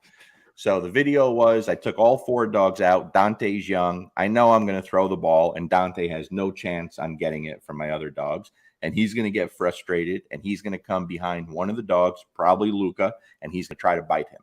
Well, I'm going to stop that today. I didn't do a lot of e-collar training with Dante because I didn't have to.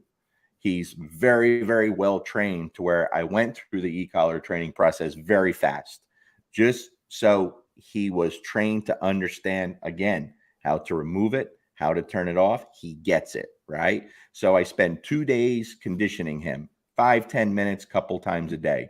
Then I did very little work in that intermittent phase because, again, with him, I didn't have to. And so if I give him a command, and again, this goes back to our previous conversation we're talking about. If I give him command, he's almost always going to do it very fast. So he doesn't provide me a lot of opportunity to follow up with the e-collar and teach him through some repetitions to how to avoid it or turn it off. Does that make sense?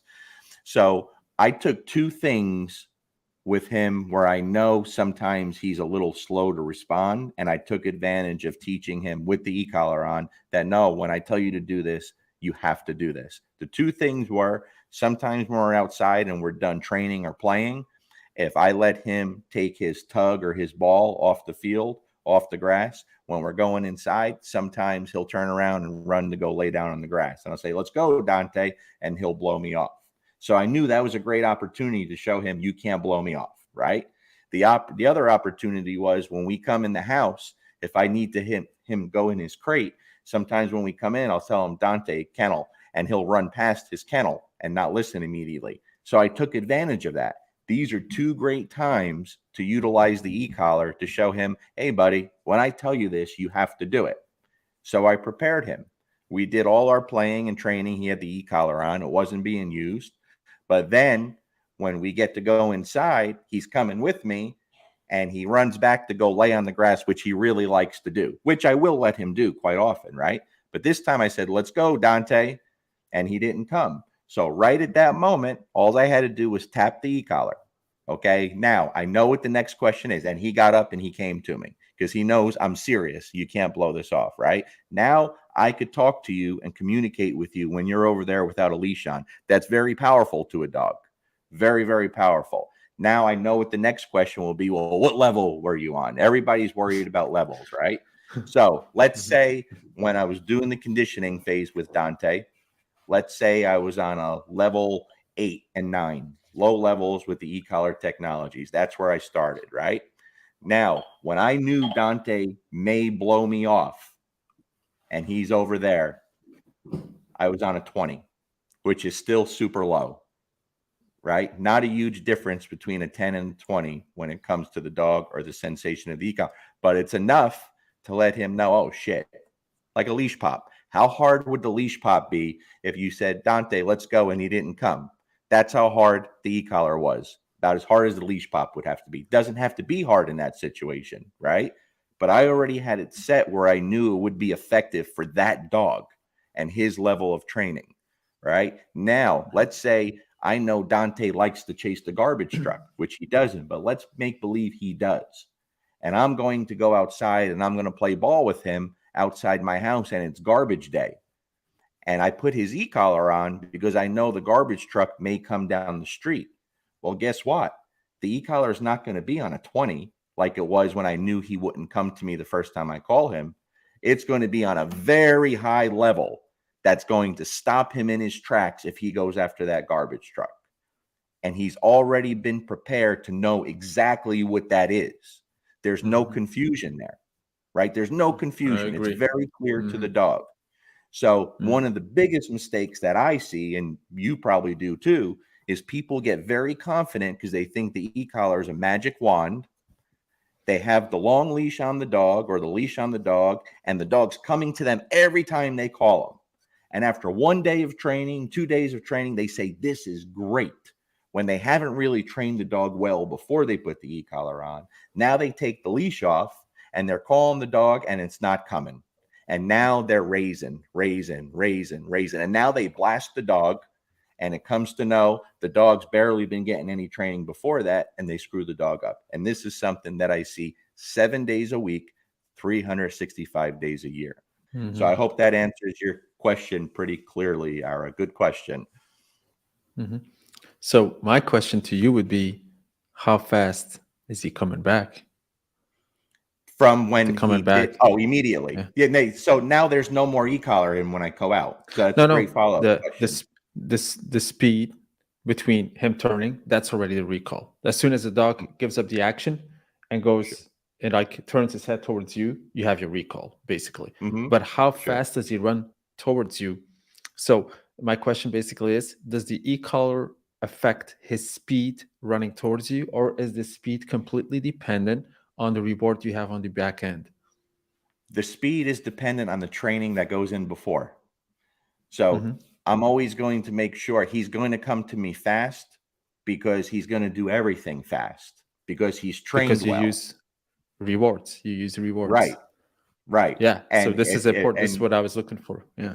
And you guys, it's fortunate enough that when it comes to my own dogs, especially Dante, you guys have seen all the training. Everything I ever did with him is on video. This way people know, right? And you know what people kept asking, Nino? Hey, when are you going to start the e-collar training? When are you going to start the e-collar? 6 months old. We're still doing all food work, all ball work, having a great time. When are you going to start the e-collar training? Right? That's all people care about. Well, hey, how about paying attention to what we're doing with the food, what we're doing with the ball? How about paying attention to how happy he is to be working with me? Right? That e-collar is going to go on him, not to speed anything up. I don't have to. If I wanted to, I can, but I don't have to. The e-collar.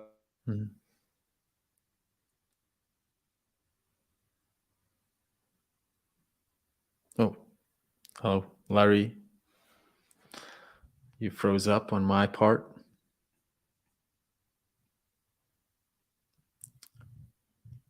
Hello? Is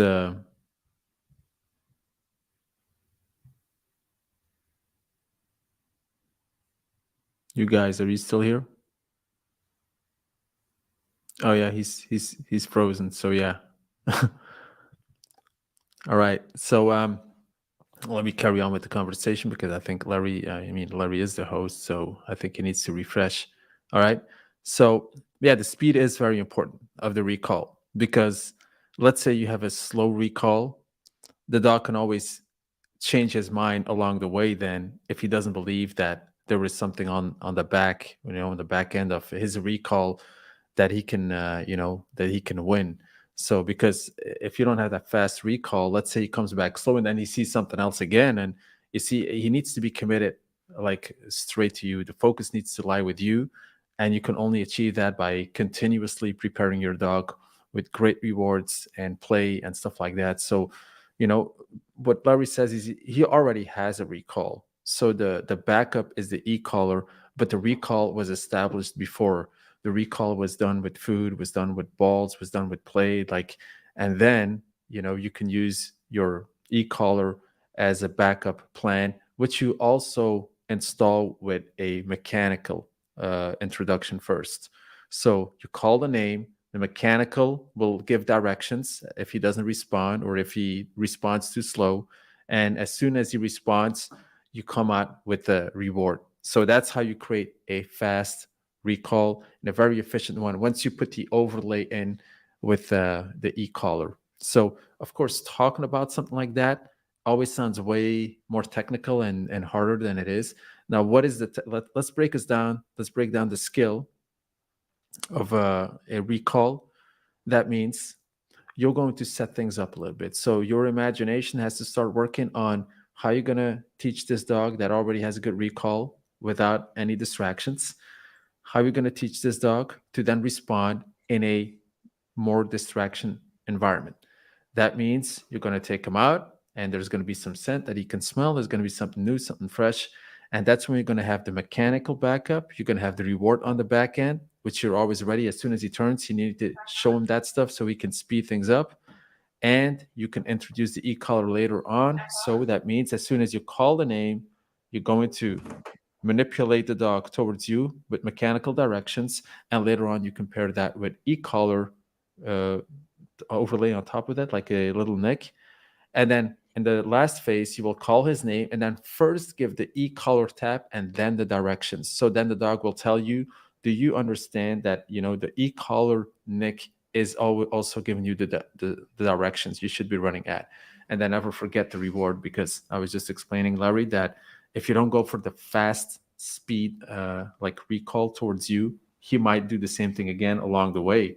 So he needs to completely go into the behavior that you created before, which was Sure. when I call, you're going to win something. When I call, you're going to win something. So that e-collar nick that Larry gives, even on the high stim, puts dog back into that conditioned mode of when I run towards him, I'm going to get what I want.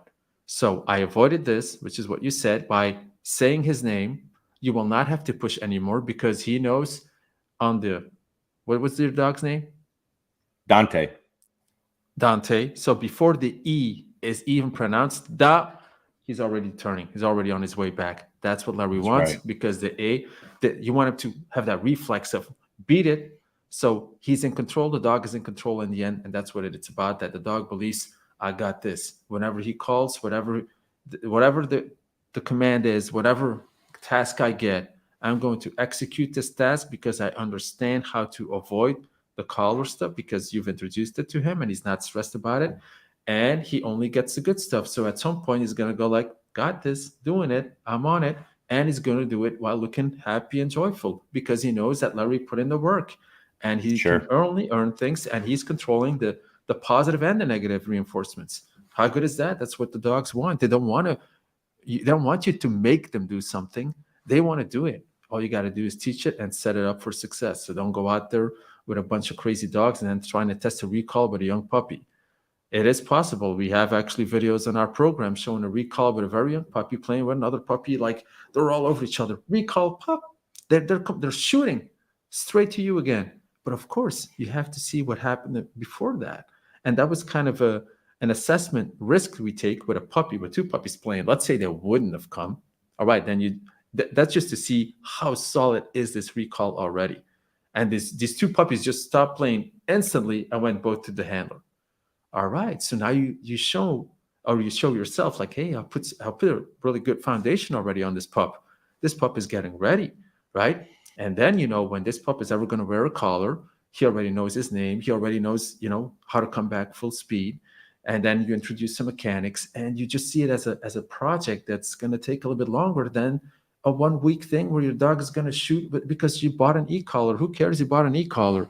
Put in that type of quality work, and you will get the outcome of your dreams if you just put it in the right plan, the right scenario, with the right steps, and then you put it on the right output level. Now, like you said, Larry, then what output level is it?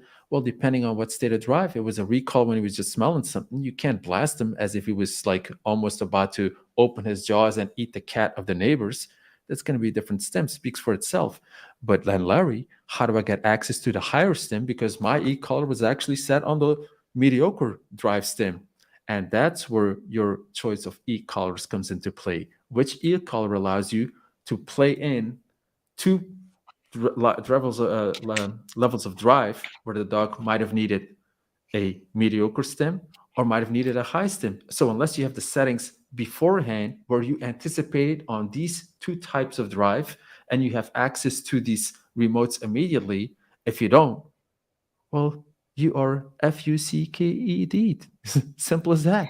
Because you don't have the level to communicate with the dog at that point, because too low, that's just going to go in and he's not even going to feel it. He's not even going to feel that. So you got to be prepared, but you also got to be smart enough to not push on the wrong button when he's doing the stuff on the wrong, or I mean in the lower drive. So how do you avoid pushing on the wrong button? To put in again repetitions, quality work, to create that confidence on the lower settings, the lower drive, doing the multitask and doing all that kind of stuff. So don't go out there thinking because you can afford a collar that you can just go out there and use the collar and get the results like me, like Larry, like other people without putting in the work. You can't just bypass it all. You have to put in some of the same foundation. The smarter dog will learn it faster, just as people. More talent means better results, faster results with less effort. But not every dog is super talented. So yeah, Larry gets in pets that take more time. And I get dogs that 1, 2, 3 sessions, they're like already flying. It's like crazy. And then people say it's the Malinois, isn't it? Well, yeah, of course, this dog tends to be more talented than the other dogs at times, but that doesn't mean that will exclude you from developing also the needed skill, because the faster the dog is, the faster you got to be. So, which brings us to the same problem. Are you fast and skilled and qualified enough? And some people are not fast enough. So then it doesn't matter if the dog is super talented or smart. You're just too slow.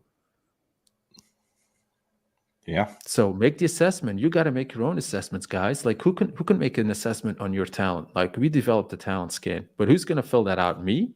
Well, I don't know the new students. They have to fill out their own assessment first based on questions, and then they can answer them in order of very likable or very, yes, very strong, but like a scale of 5 different points. You can fill that in, and that's going to give both of us like a view on, okay, this is where you're at based on your own assessment. And self-assessment is still the most valuable thing, because if you assess yourself as a grandmaster but you can't even hold a leash, sort of speaking, well, then there's something wrong with the assessment, and we need to talk about you instead of your dog also. And that's why, again, it's an individual process and needs to be individually assessed. Same goes for the dog. So what kind of dog do you have? What kind of drives does he represent? What kind of states does he go in? How does he respond? Is there regression in the dog? Is there a prey drive in the dog? Is there a huge food drive in the dog? Like what assets are we going to use? If he's eaten, how much of a value does this food reward have then for this dog? Let's say you've taught your recall consistently with food. Now you go out there, little Bobby got his whole meal, and now he's about to get in trouble, and you recall him, but his stomach is full. What does that do? You see, what is your plan then? If he doesn't need the food, so when a dog doesn't need something, we both know he's not so likely to go full in. So the speed's going to lower, the reaction time's going to drop, and you're going to use the e-collar to recreate what you once had. But some things can't, maybe the dog is not ready at that point to use the e-collar as a stim where he speeds things up. All right. So first you have to see what kind of drives he also relates to, if the food, if he's satiated, or if he doesn't like the ball or whatever. So your options also might be limited in speed of return, for example, in levels that you can apply, because sometimes you know what happens, right? So I've met people with a lab and they've introduced a collar by chasing a squirrel, and they zapped him. From then on, make no mistake, the dog, each time he felt the lower stim, he was going into slower motion. even when it was used with positive reinforcements at the same time, he's like, still not having it. I don't like this sensation. There's something in that overall feeling, even in a low stim. Yeah, it was messed up. It wasn't supposed to happen that way right off the bat. Can you fix that? Absolutely yes. Absolutely yes. Hmm. How? By putting in again the quality work without the collar first, by gaining the confidence of the dog in movement, by speeding up his movement process, by using an overlay mechanically, and then slowly also introducing the lower stim combined with the mechanical leash pressure that you gave. All right, you see, so you kind of go back to rebuilding the confidence of the dog. There's no such thing as he is now messed up forever or whatever, unless you like do that over and over again. Yeah, then you messed him up. But normally, in these circumstances where something happens in high drive and he gets too much of a blast, and you feel like, oh, he is really stressed out now. But don't worry about it. Just go back to what he's not stressed out about, which was playing with you, which was engaging with you, and doing all the fun stuff. And don't worry about it too much. People worry too much all the time. They think the dog, gets a stim one time and he's gone, he's wasted, he's washed up. It's not the case. I've seen dogs come back from getting blasted by even like when they're not like yet in the highest drive, but they're setting on the e-collar was on the high. Like that one was prepared to deal with the most severe interaction of distraction where they were going to kill something, but then was like just looking at it and or trying to maybe do an attempt, it gets blasted on that same level. That's not the same for the dog as if it was already opening his mouth, you see? Sure. And that's when the problem starts, is because now they've given this dog a stim, and this dog was so shocked literally by it that it is now looking a little bit insecure, fearful even. Wow, what have I done? This e-collar destroyed my dog. Like putting that thing back in the drawer. I'm done with this. And what do you think? The dog's 100%. never gonna return to his original level, where he's not gonna, Hmm. hey, you know what? That was a while ago, but that was damn fun the other time when I got the cat. So, and he's gonna do it again. So, I mean, but these are things like that happen on the daily, and also to get that remote out, like your reaction time, all these kind of things. Or when, like, what do you do when you do it and you see no response? So people freak out. So what they do is they dial the thing up because they want to make sure they got enough juice when they need the juice, because it takes time to dial the thing up, get it out of your pocket, and then make the adjustments. You're too late. So what happens then? The default setting is the high setting, and then people are doing something like, hey, that might have used a nick, pop, boom. Now they've nicked something on a high level where the dog was supposed to get a very low level. You messed it up again. But that's what happens, is you will mess up. You think I never pushed on the wrong button? I have, of course. And so Sure. have you, Larry. And so have you, stem too Hmm. long sometimes. But because our foundation, always go back to that foundation, because that was built strong enough, the dog always recovers, right? 100%. Right. And yeah, if you don't want any of that, if you're like, I don't want any of this business while I'm pushing the wrong button, having a chance to create some kind of insecurity, yes, then don't use the collar. But if you don't use the collar, don't expect to have that same kind of freedom and security than somebody else. Or you're going to have to be looking at a complete different skill set, and also make a new expectation plan on when your dog's going to be ready to do things that other dogs have been doing for a year already, for example. So, and that these are concessions you will have to make. So that said, Larry, I am actually in the making. I'm about, like, maybe in 1 maximum 2 weeks, I'm going to publish a complete positive only program as well. So, well, all of a sudden, are you against? No. Out of respect for the people that are able to use their skill and not go to tools, they also deserve a platform and showcase what that will take, but not in a, hey, I hate you because you use the color. No, in mutual respect. Hey, this is really good. We should do more of that as well. And maybe you can make your own conclusions and see if you want to be more balanced, if you want to gear more towards those techniques. It's whatever you want, Larry. Like you said, people do whatever Sure. they want, but they got to have a chance to learn. So, Well, and the thing is, what you doing, like the purely positive, the positive reinforcement thing, right? It's important.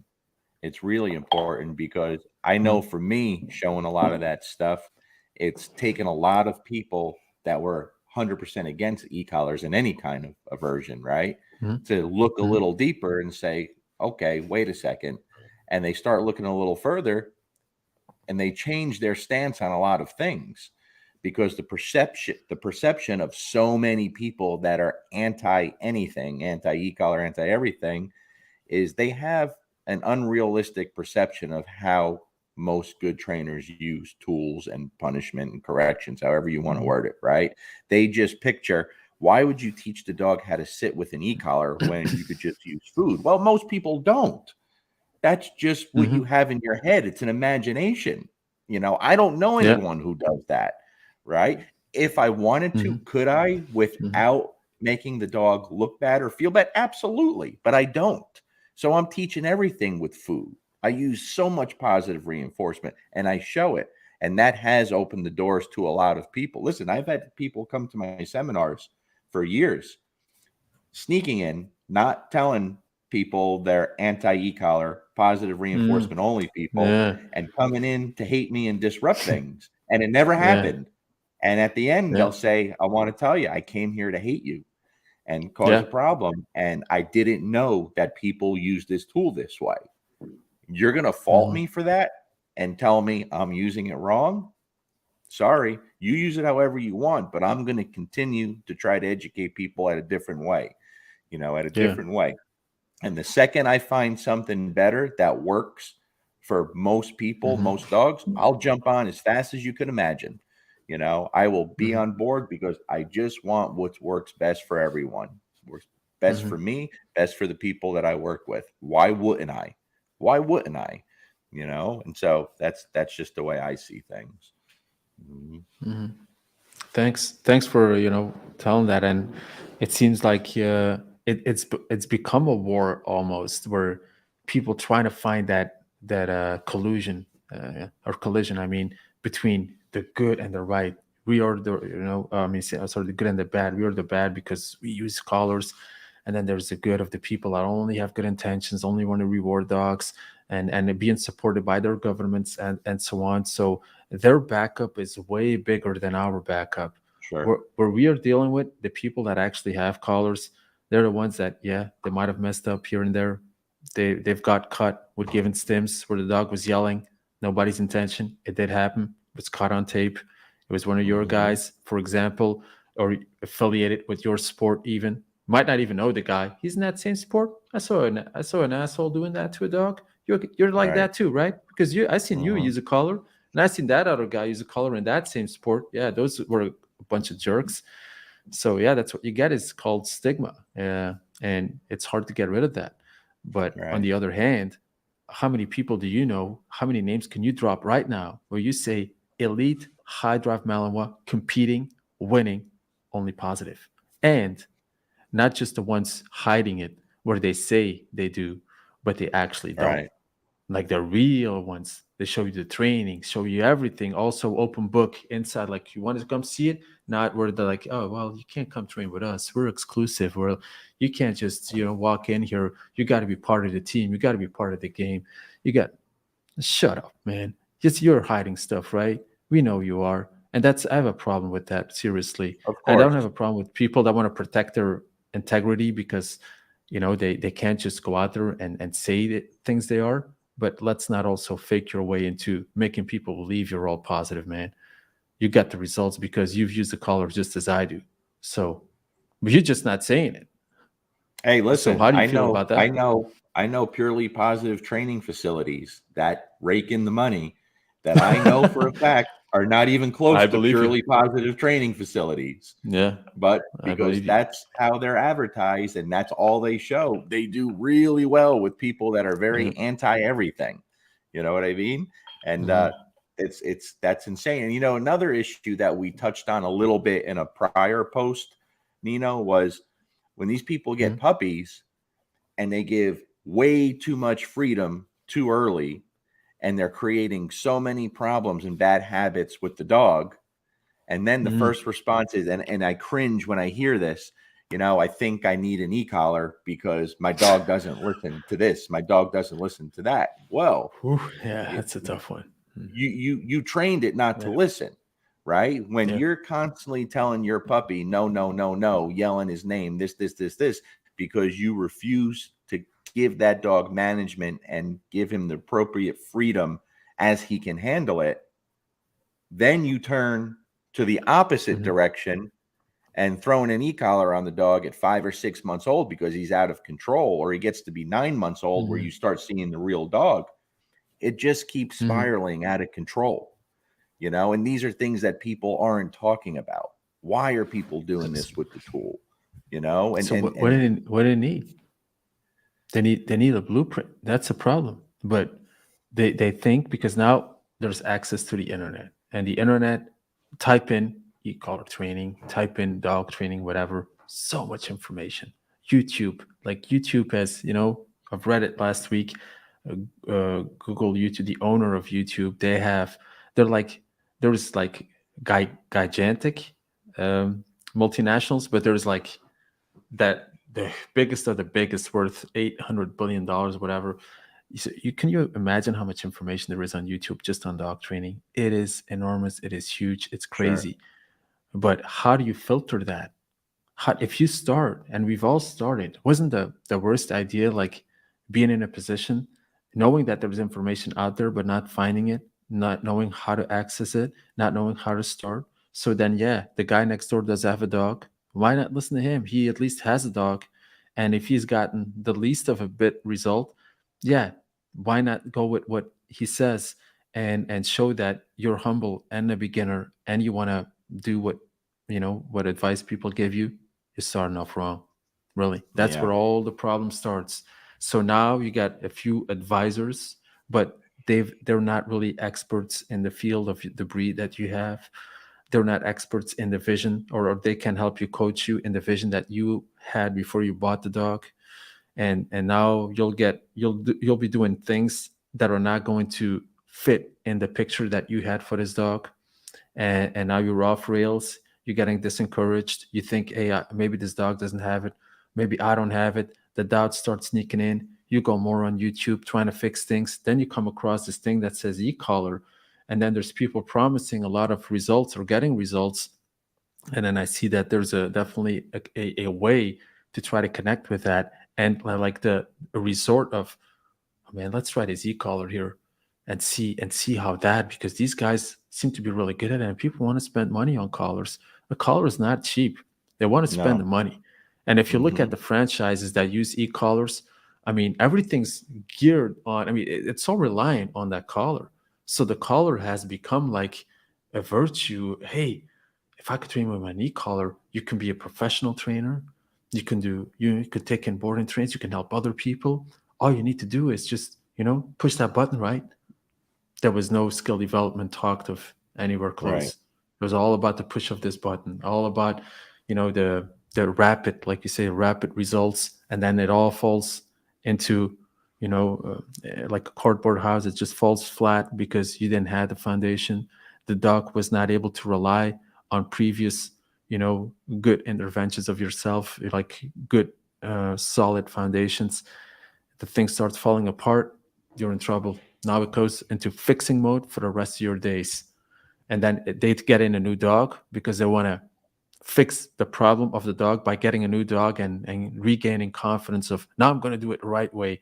I got this new dog. Now I'm going to hit it. I'm going to do this, that. No, you're not going to do anything. You're going to do the same thing with somebody else, and it's going to lead to this. It's just the same or a different problem. So we got to make sure that there's a platform for people where they can go in, even with a prerequisite to owning a dog, and then like talk to them, coach them, and work on this vision that they need to have before they get the dog actually. And when they get the dog, that this vision will help them establish this result within X amount of months. If it takes years, it's not a great plan because it can't take years. The dog's not going to last years. So it's got to be efficient in your approach. When you're talking efficiency, the e-collar always comes in trainers' arsenal of tools, because it's such a great tool if utilized well. And no, we're going again with the cliches of if utilized well, if sure, sure, introduced, and so on. But that's what it is, and people have all these questions. and I say, look, you have an e-collar? Yeah, I do. How come you never have it with you? It's never on the dog. I want to make sure I do it right. So, well, do you really believe that if you're going to use this e-collar, it's always going to be right? No, just put it on the low setting. You're going to push. I'm going to show you, I'm going to teach you how to push and how to do that combined with another skill. And you're going to take that jump, and we're going to put it on this low level, but at least you're doing it. And this level will not mean a whole lot to the dogs. You're not going to see extreme changes, but at least you're working on that skill. And as long as it's in the drawer, you're not working on that skill. You're actually telling yourself, "Oh man, this is such a huge step to go into. This is too much. I can't do. I need somebody." Look, when I got in the new police guys, some of them never had a dog before, and then we had like 4 months. In 4 months, these guys are operating a high drive dog. Yeah, they've never handled a dog. They didn't have any experience. But on top of that, they're also in stressful situations, dealing with other danger indications and stuff they need to take care of, other police skills, and they're all combining that in their training. They were exposed to e-collar training. So what is that like? You got to be experienced to use an e-collar, no, but you got to be responsible, and you got to have coaching, and you got to understand what priorities to make in your training and how to do this. As in, what is the plan? Well, you have the collar, put it on the dog. Yes, what are you going to do with this? Well, if you master this skill, this little lure skill, for example, on top of that, use the E on number one. Well, it's like from a level from number 1 to 100. It's just going to do it, okay? Because I want to see that light lit up when you do it. So that means that shows me you're consciously using a button. The button doesn't mean anything to the dog because number one is not even scratching his Sure. hairs. It doesn't do anything, but at least they're getting the confidence now. You could see also, when is it going out? When is it litting? When is it? Are they processing this? What they're doing? And that Hmm. they'll tell you like, hey, I see that they're getting this. They're doing the push on the right time. They're releasing on the right time.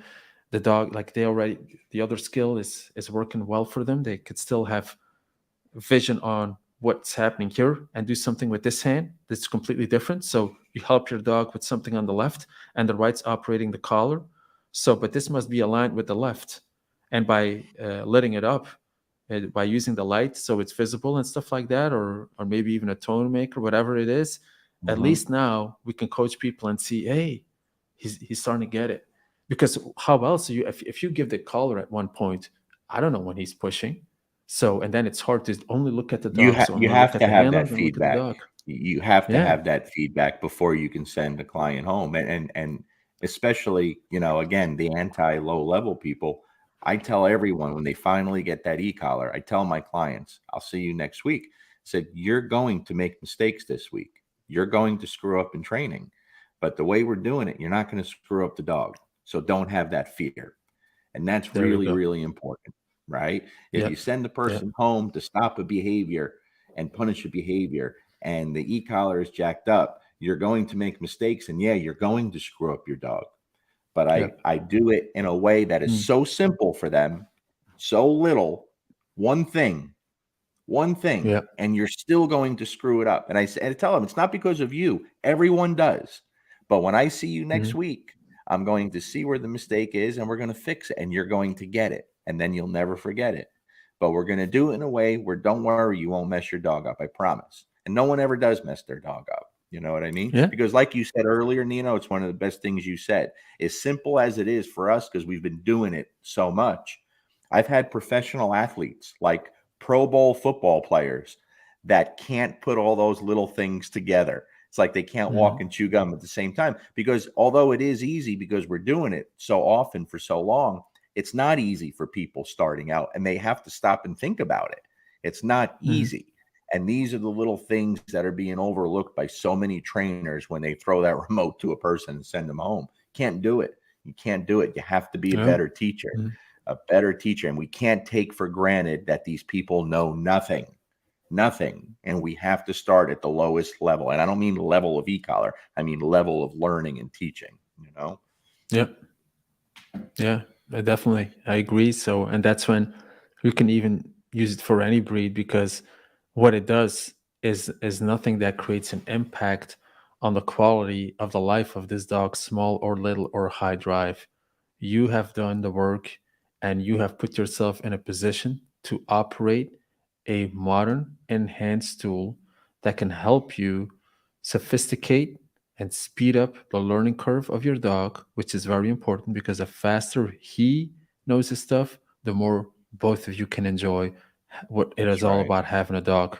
Having a dog is like, and if you would ask me, how would an ideal companionship look like with a dog?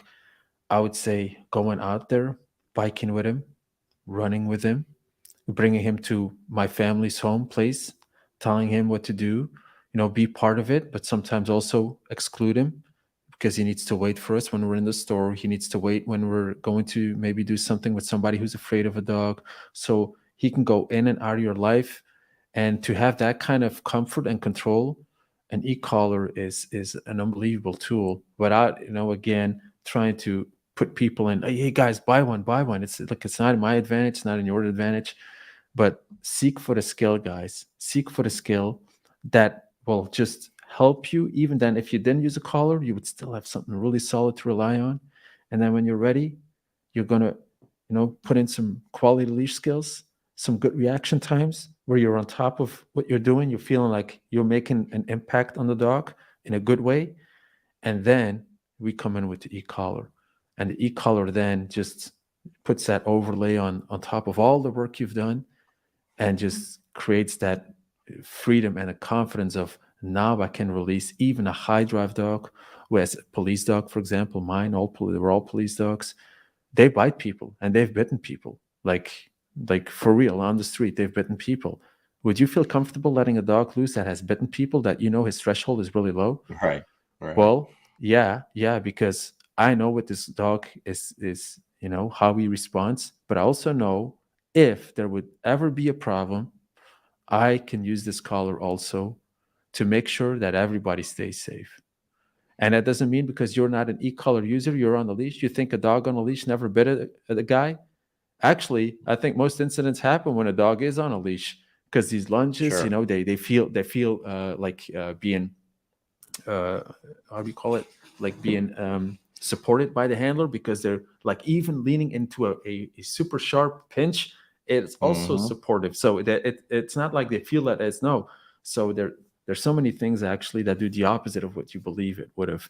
So yeah, the collar is really a good tool, but like Larry said, guys, you got to educate yourselves. You got to come with a plan and also assess the skill that you have at this moment. Are you ready for that tool? I believe a lot of people are ready, believing that they're not. So I think equally many people are ready, believing I'm not ready, I'm not ready. But also a lot of people believing that they think they're ready are not even worthy of training with a leash, meaning they still have to put in some groundwork with food. They still have to understand mechanics. They still have to understand how to communicate with the dog, even non-verbally. So you focus on one skill at a time, guys. Verbal skills, talking to a dog, giving commands, placing these commands, what to do when he responds, what to do when he doesn't respond. This is also another skill. Then you have the fading skill, which is, oh, great, now you've done everything with the food. How do you get rid of the food? You see, another skill comes into play because this also requires subtlety. Then a combination with the e-collar, fading could be amazing. If you start fading with the collar, that means if the dog derives a little bit, but you can use the collar to maintain position, but then there's not really food, then you use the marker, for example, boom, there's another world that opens up because now you don't need anything anymore in your hands and the dog's still doing all the stuff that you trained for without any tools in the hand, like literally pushing him in those positions. But all of that is with phases. Can't just go in there and expect in 10 days, guys, ready to fade here. Got the collar, got the dog with the high drive, got everything set. No, even then, doesn't matter if you're the world champion or you are a beginner, you will have to respect those phases of dog training. And in his Sure. life, luckily, dogs are such fast learners that in 8 to 12 months, we can accomplish basically anything that we want to teach this dog for our purpose. And that's a 100%. great thing about dogs. They're so into it. Like if you create the environment for them to thrive in, if you know what accelerates their talents by using the right amount of value and whatever drive they're showing, either it be food drive or ball drive or even bite drive, like they want to like bite into jute things or protection work or equipment. You can all use that as an asset, but everything has to be done with a mind of what will this do for me? If I'm going to use, let's say, for example, a jute ball like that underneath my armpit, will this dog look up to me, Larry? Yes. Not only he will look up to me, he will also try to lunge at it. Okay. So how do I prevent him from lunging? I might use a leash to prevent him from lunging at the ball. All right. I might do that even separately. Okay. So now the dog knows lunging is not going to get me the ball, but you have this huge jute ball and he's going to look up for sure. But now the question is, there will be a time where you don't have this jute ball under your armpit, for example. So, what is your plan? What was your vision to ever get rid of this that helped you so much in the very first stage that you use it? The first seconds that he sees it is as, oh, great, this is heaven. But you also know that heaven's not going to be there forever. And how do you foresee this playing out when stuff starts to be faded out? That's why I don't have any videos myself with balls like using from this, this type of work is something I've never done. I go into head positioning, movement, self fading, then comes in with the mechanics, the collars. You see, I'm more a trainer that use multiple skills to try to get a certain behavior that is not one dimensional. All we go in top down manipulation is try to hide the ball. Then it goes into the back pocket. Then it goes, it kind of, it's also subtle. So it's both are a fade, yes.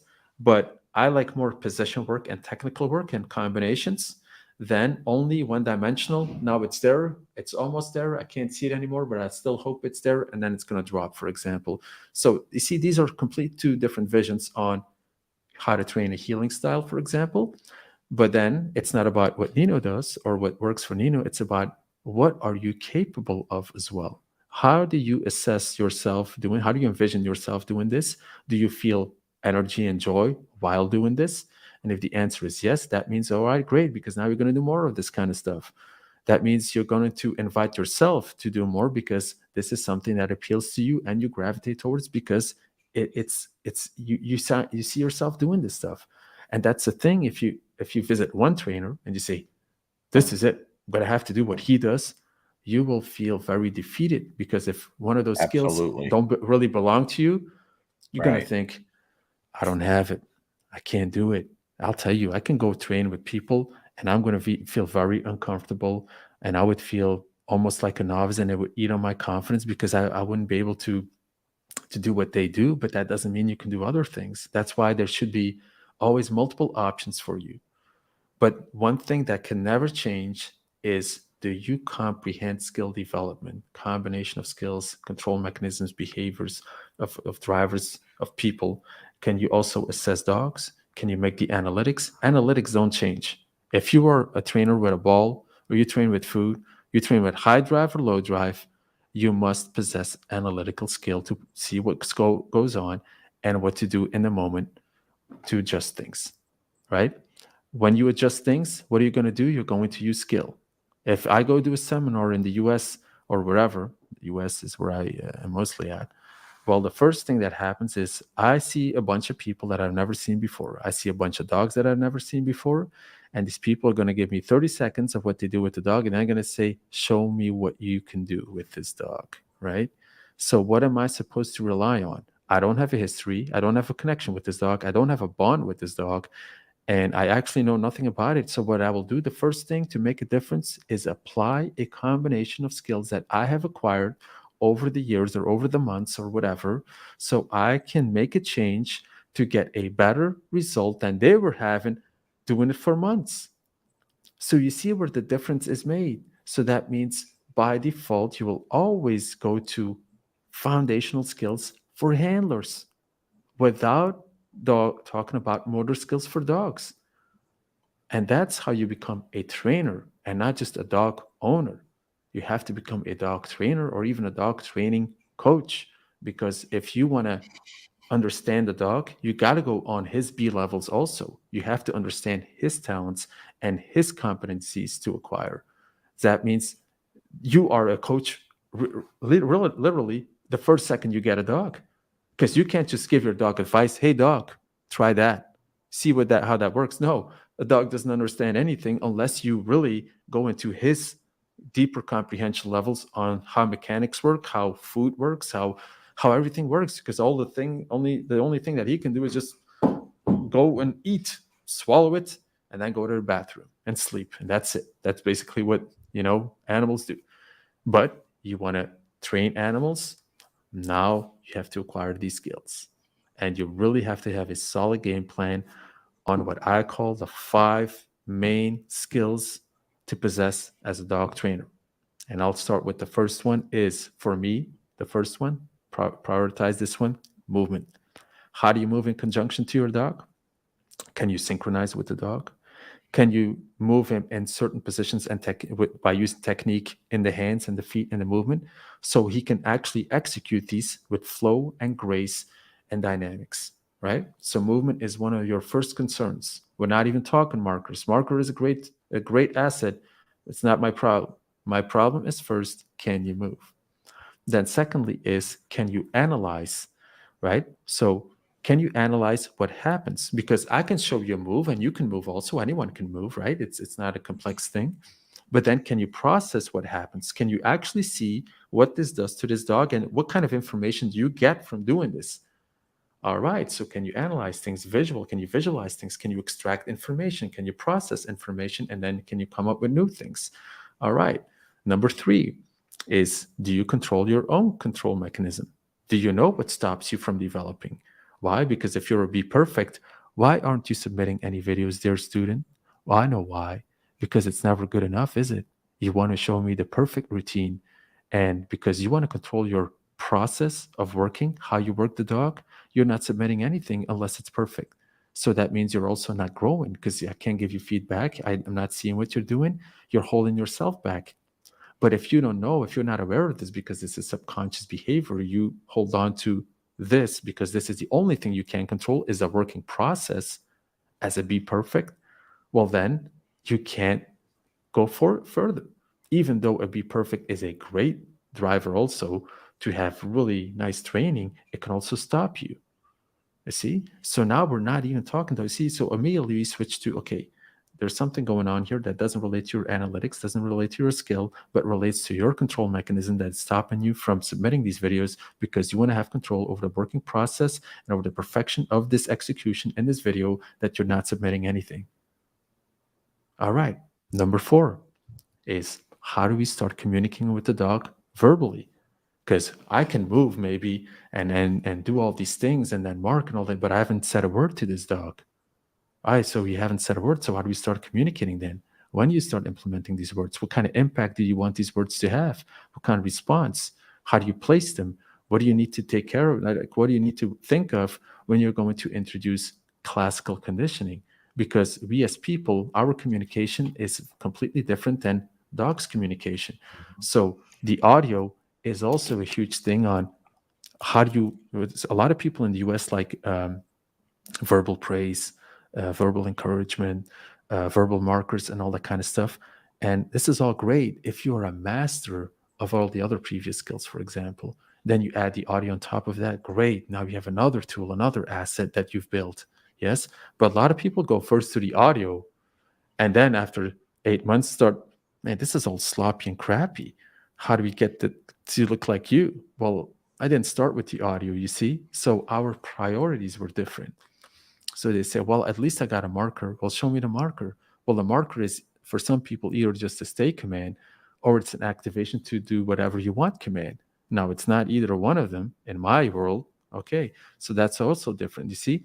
And that's how we lay out a plan. Like that's what this is about, is do you understand what needs to happen, when to prioritize this certain skill, or when you're ready to combine everything. All right, now we're going forward. So, and then last but not least is the grip skill. Grip, like grip for people. Yes, grip for people. What does that mean? How do you, now we're going into Larry's world also, and my world is, how do you now manipulate all these things simultaneously? We're holding a marker, we're holding a leash, we're holding an e-collar, we're doing audio. On top of that, we're doing analytics. We're using our visuals, and we're controlling our control mechanism to stay non-active, to not go into these patterns that we know they're going to set us further from our goals. That's a lot. Who can help us with this? A coach. That's why everybody needs a coach. That's why the best players in the entire world, Olympians, professional athletes, all have a coach. There's nobody out there like, well, That's I'm right. just here on the Olympics solo. There's no coach. There's no back. That's right. It's just all me. What are That's you, right. crazy? Yeah. It's not the case. So you Yeah. will need a coach. The question is, Mhm. who can coach you? It's not because you have expertise that somebody accepts you as a coach. I could be an expert in the domain of e-collars, could be an expert in the domain of puppies. All right. That doesn't mean I'm going to have the impact for this person to change his behavior also. The question then is, outside of the expertise that this person possesses, how is he able to communicate and help me and talk to me and give me confidence and understand my B level, so I feel I am connected to this coach and I am willing to accept what he says and make a substantial change, so there could be a different outcome. That is coaching. All the rest, people, is training advice. Take it, drop it, leave it. And then I had a guy ask me one day, hey, Nino, you know why this always happens? People see me train with my dog, high level. It's not a Malinois, it's like a border collie or something. And then people come out and ask him, how did you do this? And he says, I spend an hour explaining them how I do all this. And then I see them back 3 weeks and they're just doing the exact same thing. Like they never took my advice. I said, yeah, of course they're not going to take your advice. Or maybe they could have, but they decided not to. Were you mad at them now? And plus, your advice was free. You think they value that? You see, Sure. people want to, you can't value what's free. What's free in this world? Do you know something No, valuable that's free these days? you're right about. I've learned that the hard way. Believe me, I've Yeah, learned we're that. doing a lot of free we're doing free podcasts, we're doing free Sure. videos, we're doing free whatever. Some people want it all. Some people ask me on Yeah. my videos, comment, say, hey, show me all the steps, what you got this dog to do in that position. I mean, Yeah. come on. So you Yeah. want to invest in your own future. That means you got to reach out to people, and there's a price for everything in this world, but nobody's making you do anything. You can take it, leave it, you can try it, you can do whatever. Same for the collar. People always ask me, what kind of collar? Look, I don't know your budget. There's $100 collar. I've even seen one of $5 on Alibaba, but you can also go with the $1,000 one. I mean, that all depends. Like, what kind of reliability do you want? What kind of skill are you able to deploy? Like, all that kind of stuff. Like, it's actually a question that is not so easy to answer. What kind of collar? I don't know you. I don't know your dog. I don't know what you want. Like, I can tell you definitely, like, hey, if you're looking into the elite levels, I would go to this type of color, for example, with that kind of remote, with that kind of functions. You see, now we're talking, but you can't just answer somebody's question, what kind of color? That's a weird question. It's almost somebody asking, hey, what kind of breed of dog should I buy? You don't know this person, you don't know their goals, you don't know their budget. I mean, a quality dog costs a lot of money. It's not cheap. I mean, look, Sure. the Malums are more in demand than ever, more in demand than ever. So now, if you want a puppy, well, good luck. You think you're going to get first pick for $500? You're thinking, no, it's not going to be the case. Even not for $2,000, because first pick is not meant for you. You see, you're new, you're not going to get the first pick. The first pick goes to the breeder. The first pick goes to the guy that delivers the stud. The first pick goes to the top level competitor, whatever. But then again, what is first pick? What are you going to do with the first pick? If you had a choice, how would you do it? What would you be looking at? What was your goal? So many things that go into purchasing a dog, completely neglected, Sure. not being well thought over. Like, and then they think, oh, overseas, it must be better over there. Let me just import the dog. No, that wasn't, like, I made that mistake too. Sold a dog to people that I thought they will be qualified, and they're not. And then maybe not qualified as not competent, not qualified for that type of dog, for that kind of challenge, and those given circumstances. So Can everything you is always see an the ongoing. questions on the screen, Nino? Can you see the Oh, questions on the oh, screen? the I see. No, I don't see questions. I see responses, and the response that I William see. asked you, what's Nino's thoughts on empowering a dog from the use of an e-collar?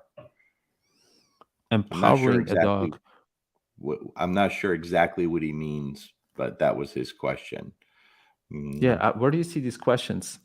I put it up on the screen. You should see it on the screen. Oh, here it is. Here it is. What's Nino's thoughts on empowering a dog? Could you explain empowering to me, like making him stronger to use a collar?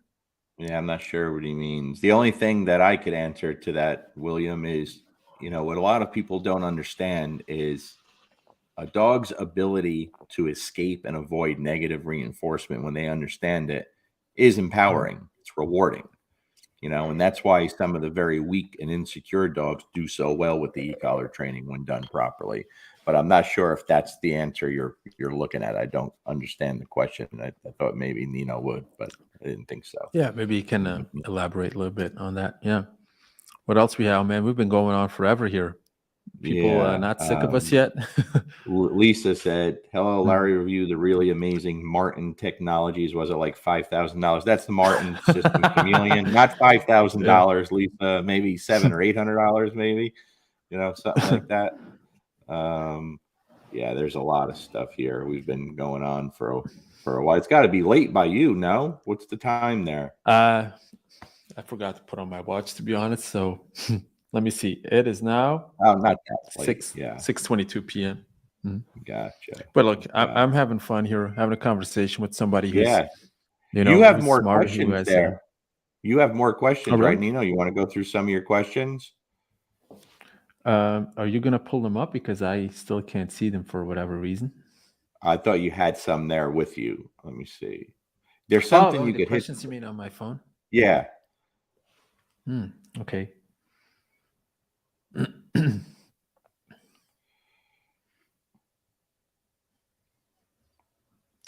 Okay, this one is for you. Larry, what was it like being in that awkward interrogation with Ivan about e-collars? Oh, I'm sorry. Yeah, we already discussed this, but you want to Well, give a reaction listen, to that? I knew exactly what that interview was going to be like. That's why I stepped up and Mm, did it. I knew what it was going to be like. There was no doubt in my mind. Ivan encouraged me not to do it. He didn't think it would be good. I knew it wouldn't be good, but I wasn't worried about me. I thought it was important that people mm, see it. I thought it was very mhm, important. I have no regrets from that whatsoever.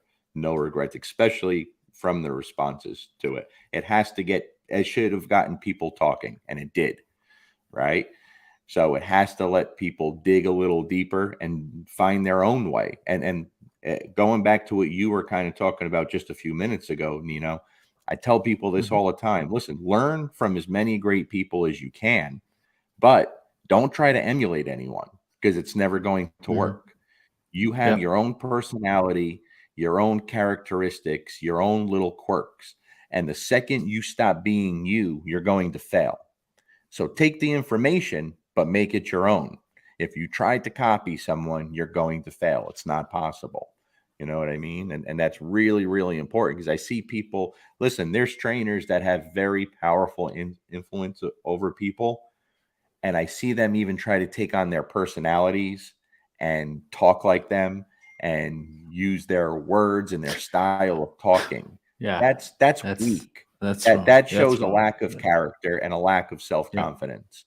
And there's Mm, no way you're going to succeed with an animal, especially a difficult animal, if you can't be yourself. So you have to be mhm, yourself. There were times where maybe I started wondering if all the little things I do in the home, the behavior, all the nonverbal things, maybe some of these trainers are right. Maybe it's not important, right? Maybe it's silly. So I tried to get away from it. And what I saw was I'll never doubt myself again. Never doubt myself again because I saw an enormous change and not for the better when I stopped doing the things that I believe in and that I'm very good at. The second I strayed away from that because I listened to too many voices, I was like, "Ooh, man, what a mistake." And I'm going mhm, to take that away from people that need that. Oh, hell no.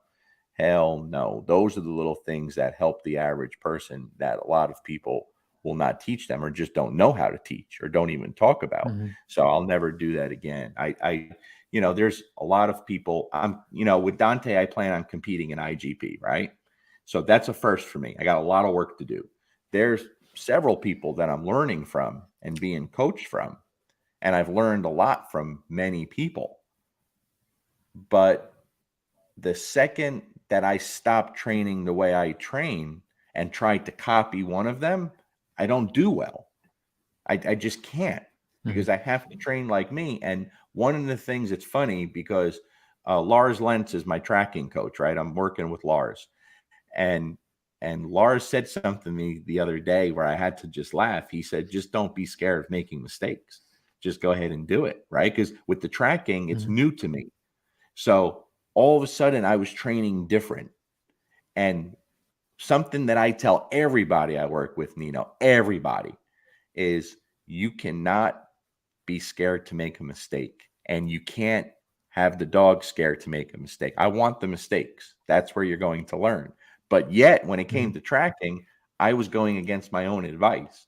And the second he said that to me, I started having better tracks with my dog, because I started doing different things and making it more difficult and throwing in some of my own things that I do in training outside of tracking that have helped me along the way with my dogs. You know what I mean? So no, I Mhm. don't have any regrets from that podcast whatsoever. None at all, because I believe now in the way I do things more than I ever have before. So I haven't strayed in any way. You know, Mhm. Yeah. That and that's that's how I know you as well. Is yeah, you don't shy away from a challenge or a call out or somebody trying to scrutinize you for whatever reason that is. I've been the same. Look, you want to go live? Let's do it live. yeah, Like sure, there's nothing to hide. There's nothing that we can't discuss unless you really want to take somebody down purposely, like we talked before, out of weakness. And that's sure. that's just a shitty move. But look, you've proven your stuff, and I'm happy that you do what you do. So I have somebody here, and I think this is a really good question. He says, one of my dogs is super sensitive to prong collars. Of course, there's a distinction we can make between plastic or metal. Not sure which one he's talking of. Would you suggest e-collar training as okay for this dog? So I'm seeing this scenario because we're basing ourselves on these two sentences. You get out a dog and you introduce it already to some mechanics, and these mechanics you use maybe a prong collar. I'm not sure if he's referring to plastic or metal, and the dog is showing very sensitive reactions. Would you suggest an e-collar training as okay for this dog? So I can see this person's concern based on the fact they're not dealing so well with mechanics. How do you feel introducing an e-collar Well, for this specific dog?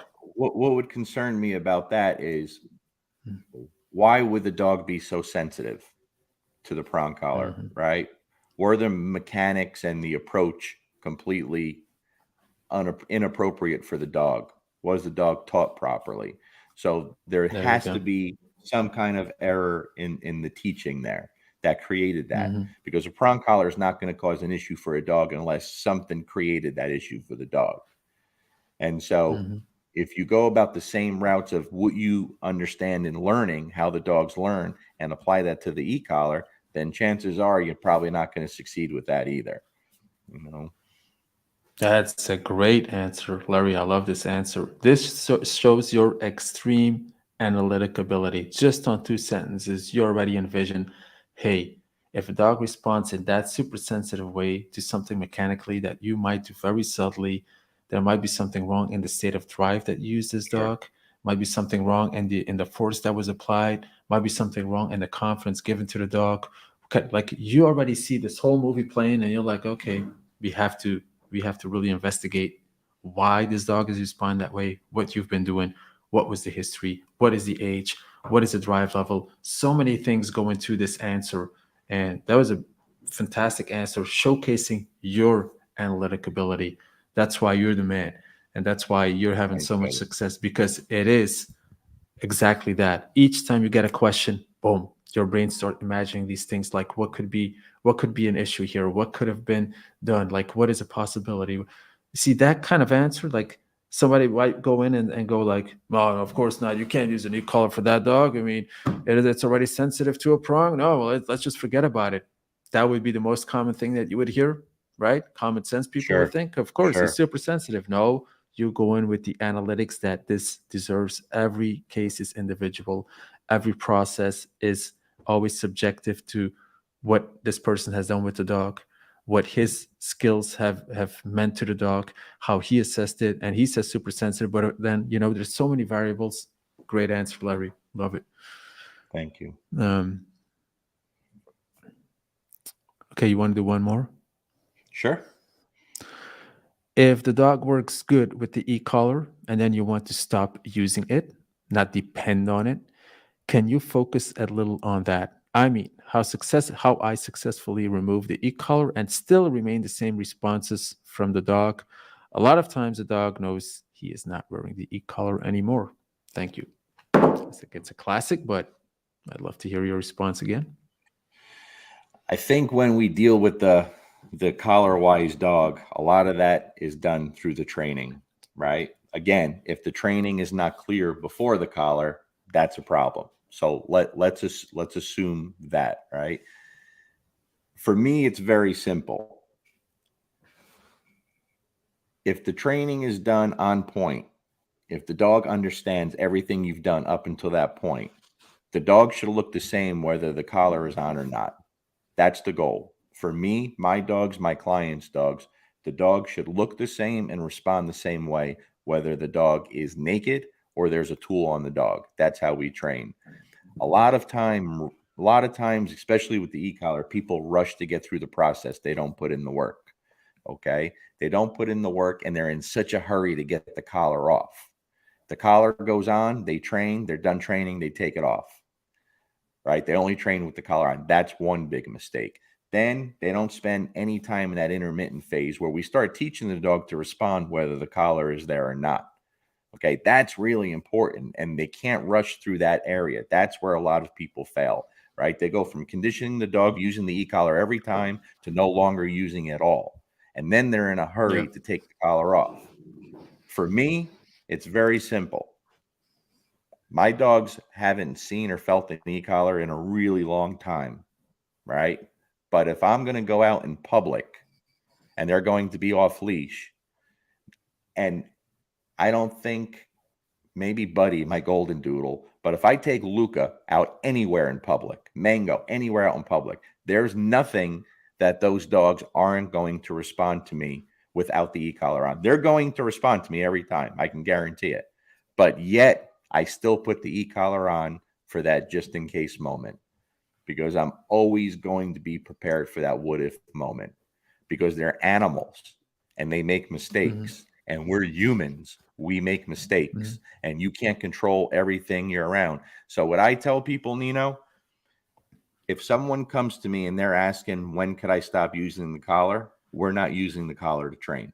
And they say, no, I want to do it. And I say, you're not ready to use it because you Yeah. have this negative association in your head about this collar.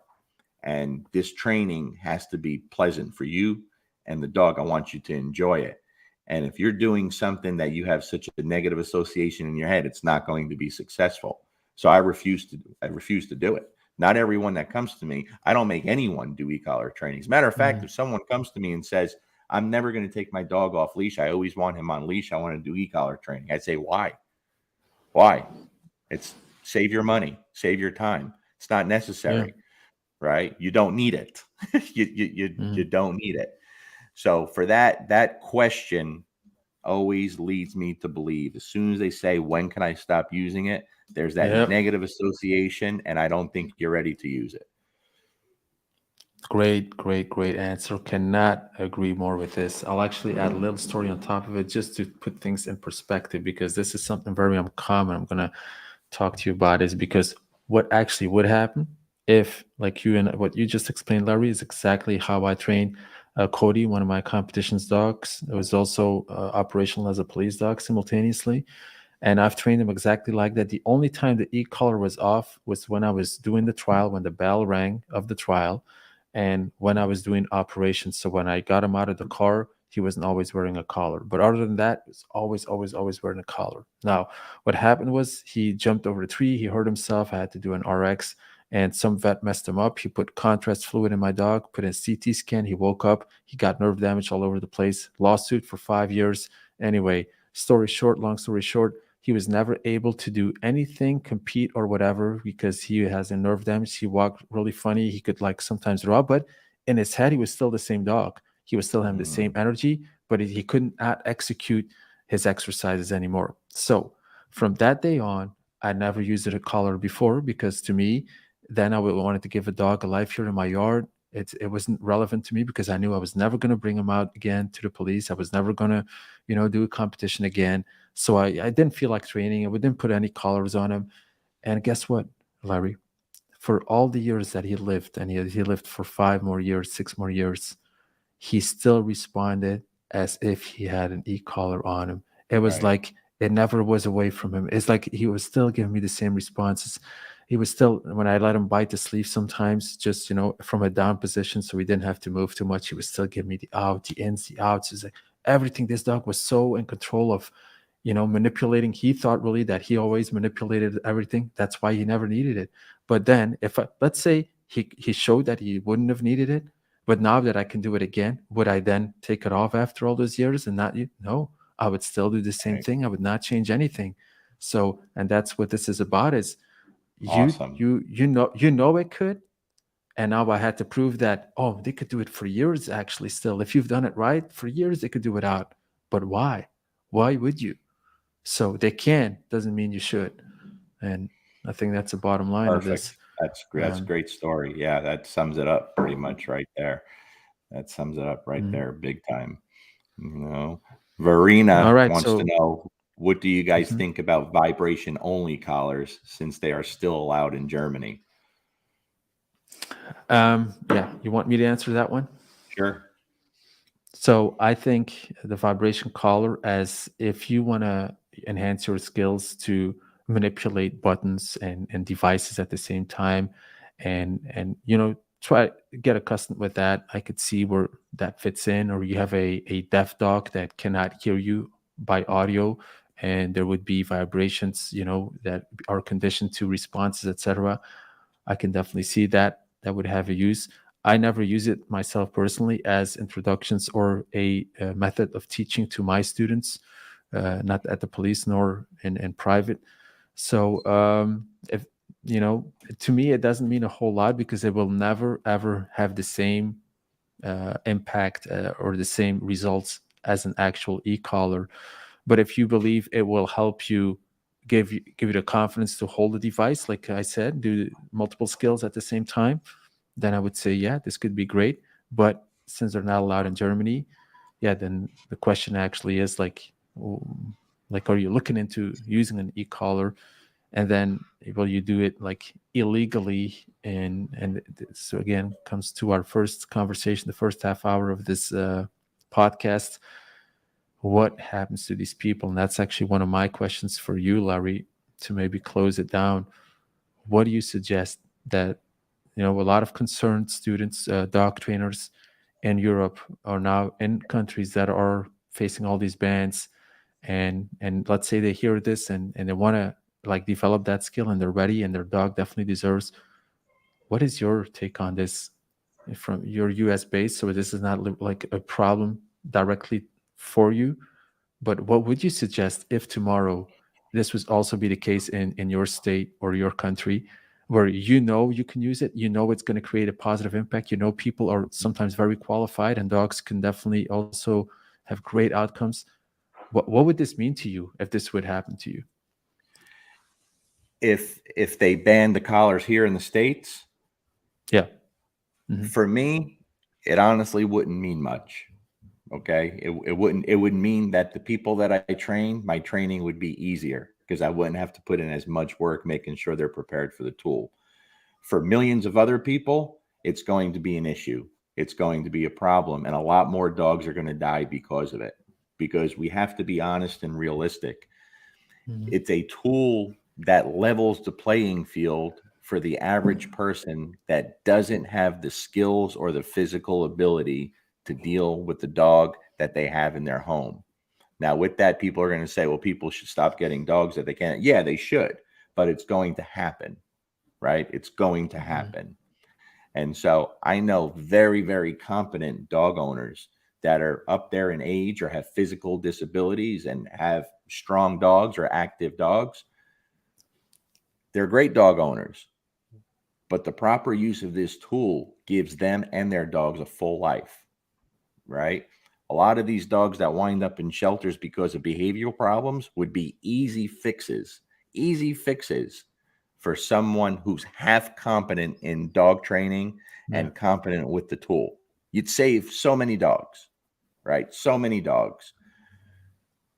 One of the biggest issues we have here in the States, and something I've been really preaching for a long time, is we have the people showing the bad when the e-collars are misused. And rightfully so. They should show it.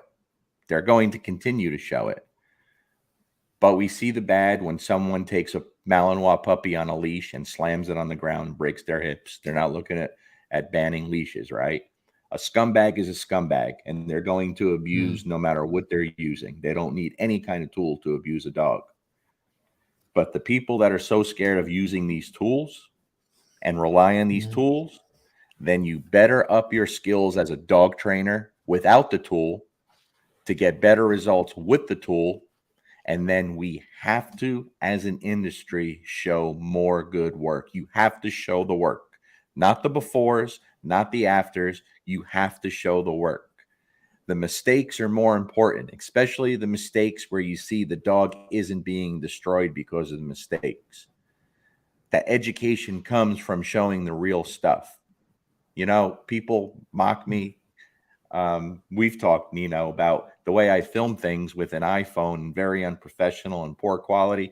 When I started making videos, instructional videos, I used like the oldest phone possible years ago, and the quality was awful. And when people started watching my videos, I said, wow, I can't believe you guys are watching this stuff. I said, maybe I'll get some nice photography, some nice cameras, and some editing equipment. And they jumped all over me. They said, no, don't. We actually want to see the real stuff. We don't want no editing. Yeah. So I don't edit videos. And so I will show the sloppy, and I'm sloppy. I will show the mistakes, and I make a lot of mistakes, right? But Yeah. until people step up in this country and start actually showing the work and showing what the tool could do on the positive side instead of the bullshit before and afters, we're going to be right behind Europe. And so if we're going to get out ahead of it, Oh yeah. people have to stop talking and start doing more, start showing more. And so I show a lot of boring stuff. I show a lot of first sessions and second sessions with the e-collar with weak pet dogs for a reason. For a reason. I want people to say, hey, this isn't the strongest dog and it looks kind of shitty, but maybe if we show it this way and we explain to people what we're doing and we're using the sound box, you see everything. And you see if a dog has a bad reaction. I'm not going to hide it if that dog has a bad reaction, but I'm going to show you how we work through that process and make that dog love everything we're doing.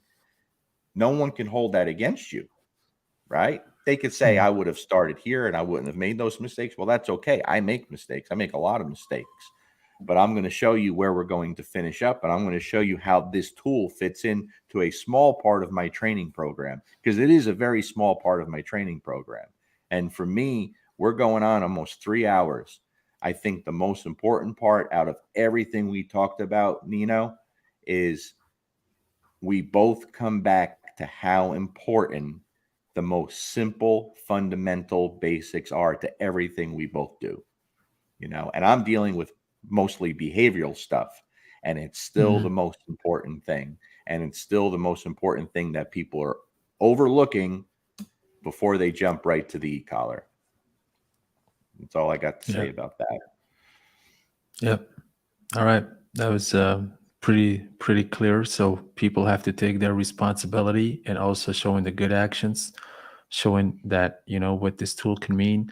Also build a community instead of shitting on each other. We should actually support each other instead of scrutinizing each other. What is true, what is false, what is working, what is not, what is, you know, that's the problem. Like our industry has a huge problem collaborating with one another.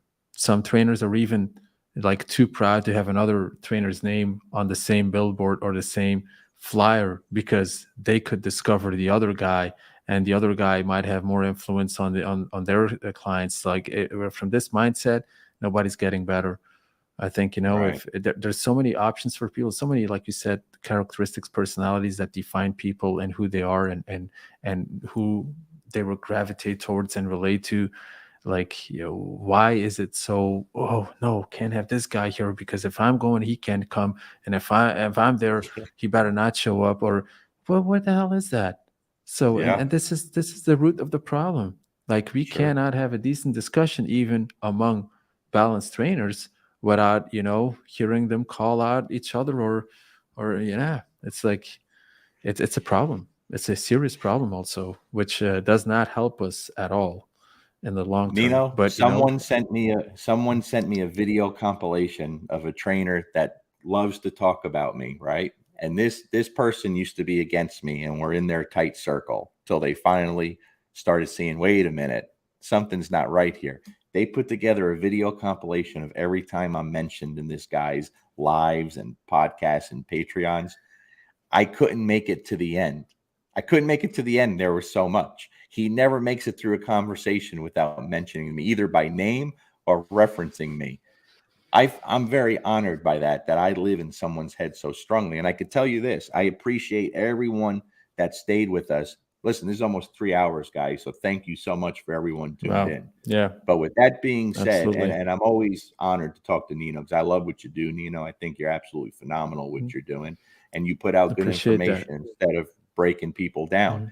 But with that being said, I want to give a special thanks to the haters that are going to spend 3 hours of their day to sit there and watch us talk and then go on Wow. to their platforms and talk about our 3 hours watching us talk. So thank you to the haters because that's major Yeah. dedication. Hmm. Major Hmm. dedication. I appreciate y'all more than anybody, you know? That's a good one. That's a good note to end for sure. So, Yeah, well, everybody, guys, thank you for sticking here so long. And if you want to chop this in a few, sessions to listen to it, that's what the podcast is really good for. Is you can multitask. Remember, the multitasking is the that's path right. towards victory. Now you can go to the gym, you can walk your dog, you can listen to this podcast at the same time, and get some things going. So I'm really excited to to see all these positive things here, because actually we're talking. It still is controversial topic. People are really nice. So look, we would answer any question, but unfortunately, we went in already almost 3 hours. So Larry, I'm Yeah, sure we're gonna set it up again. Maybe also try a different topic and stuff like that. So it's just too fun sure. not to. And if you guys like it, let us know, and we'll set up a next one. So, Larry, this one is Yeah, going to be for the people that appreciate you tuned in. doing this, Nino. Mhm. Appreciate you doing this Welcome, very welcome. much. And love what you're doing. And like I said, I've got nothing but great feedback from all the people taking your online stuff. So I think there'll be a lot more people from here looking into it too, because people are having a blast doing it, and the dogs look absolutely freaking amazing, and that's what it's all about. Thanks. And Yeah, and we're actually inviting other trainers as well, because I never liked kind of guru status, whatever. I'm not interested in that. I want to provide the best quality for people in dog training, where they have multiple areas to look into and enjoy themselves and their dogs, and I like the positivism in your speech and what you just said. So thank you for that. For the people that have tuned in later, they want to see the whole thing. What is it like you posting that, Larry, as a yeah, as a whole this will podcast? stay Yeah. on Facebook, and I'll also Hmm. put it on YouTube also. And All I'll right. figure out how to get this sent to you too, Nino, if you can't do it All right. yourself somehow. Mm, Yeah. All right. Great. right. All I'll right, also post guys. it on my channel. Thank you Yeah. so much. All right. Thanks a Thank you, lot, Larry. Nino. This was great as always, brother. You too. All Have a right. good one, See pal. ya. Peace. Have a good day. Bye. You too. Bye.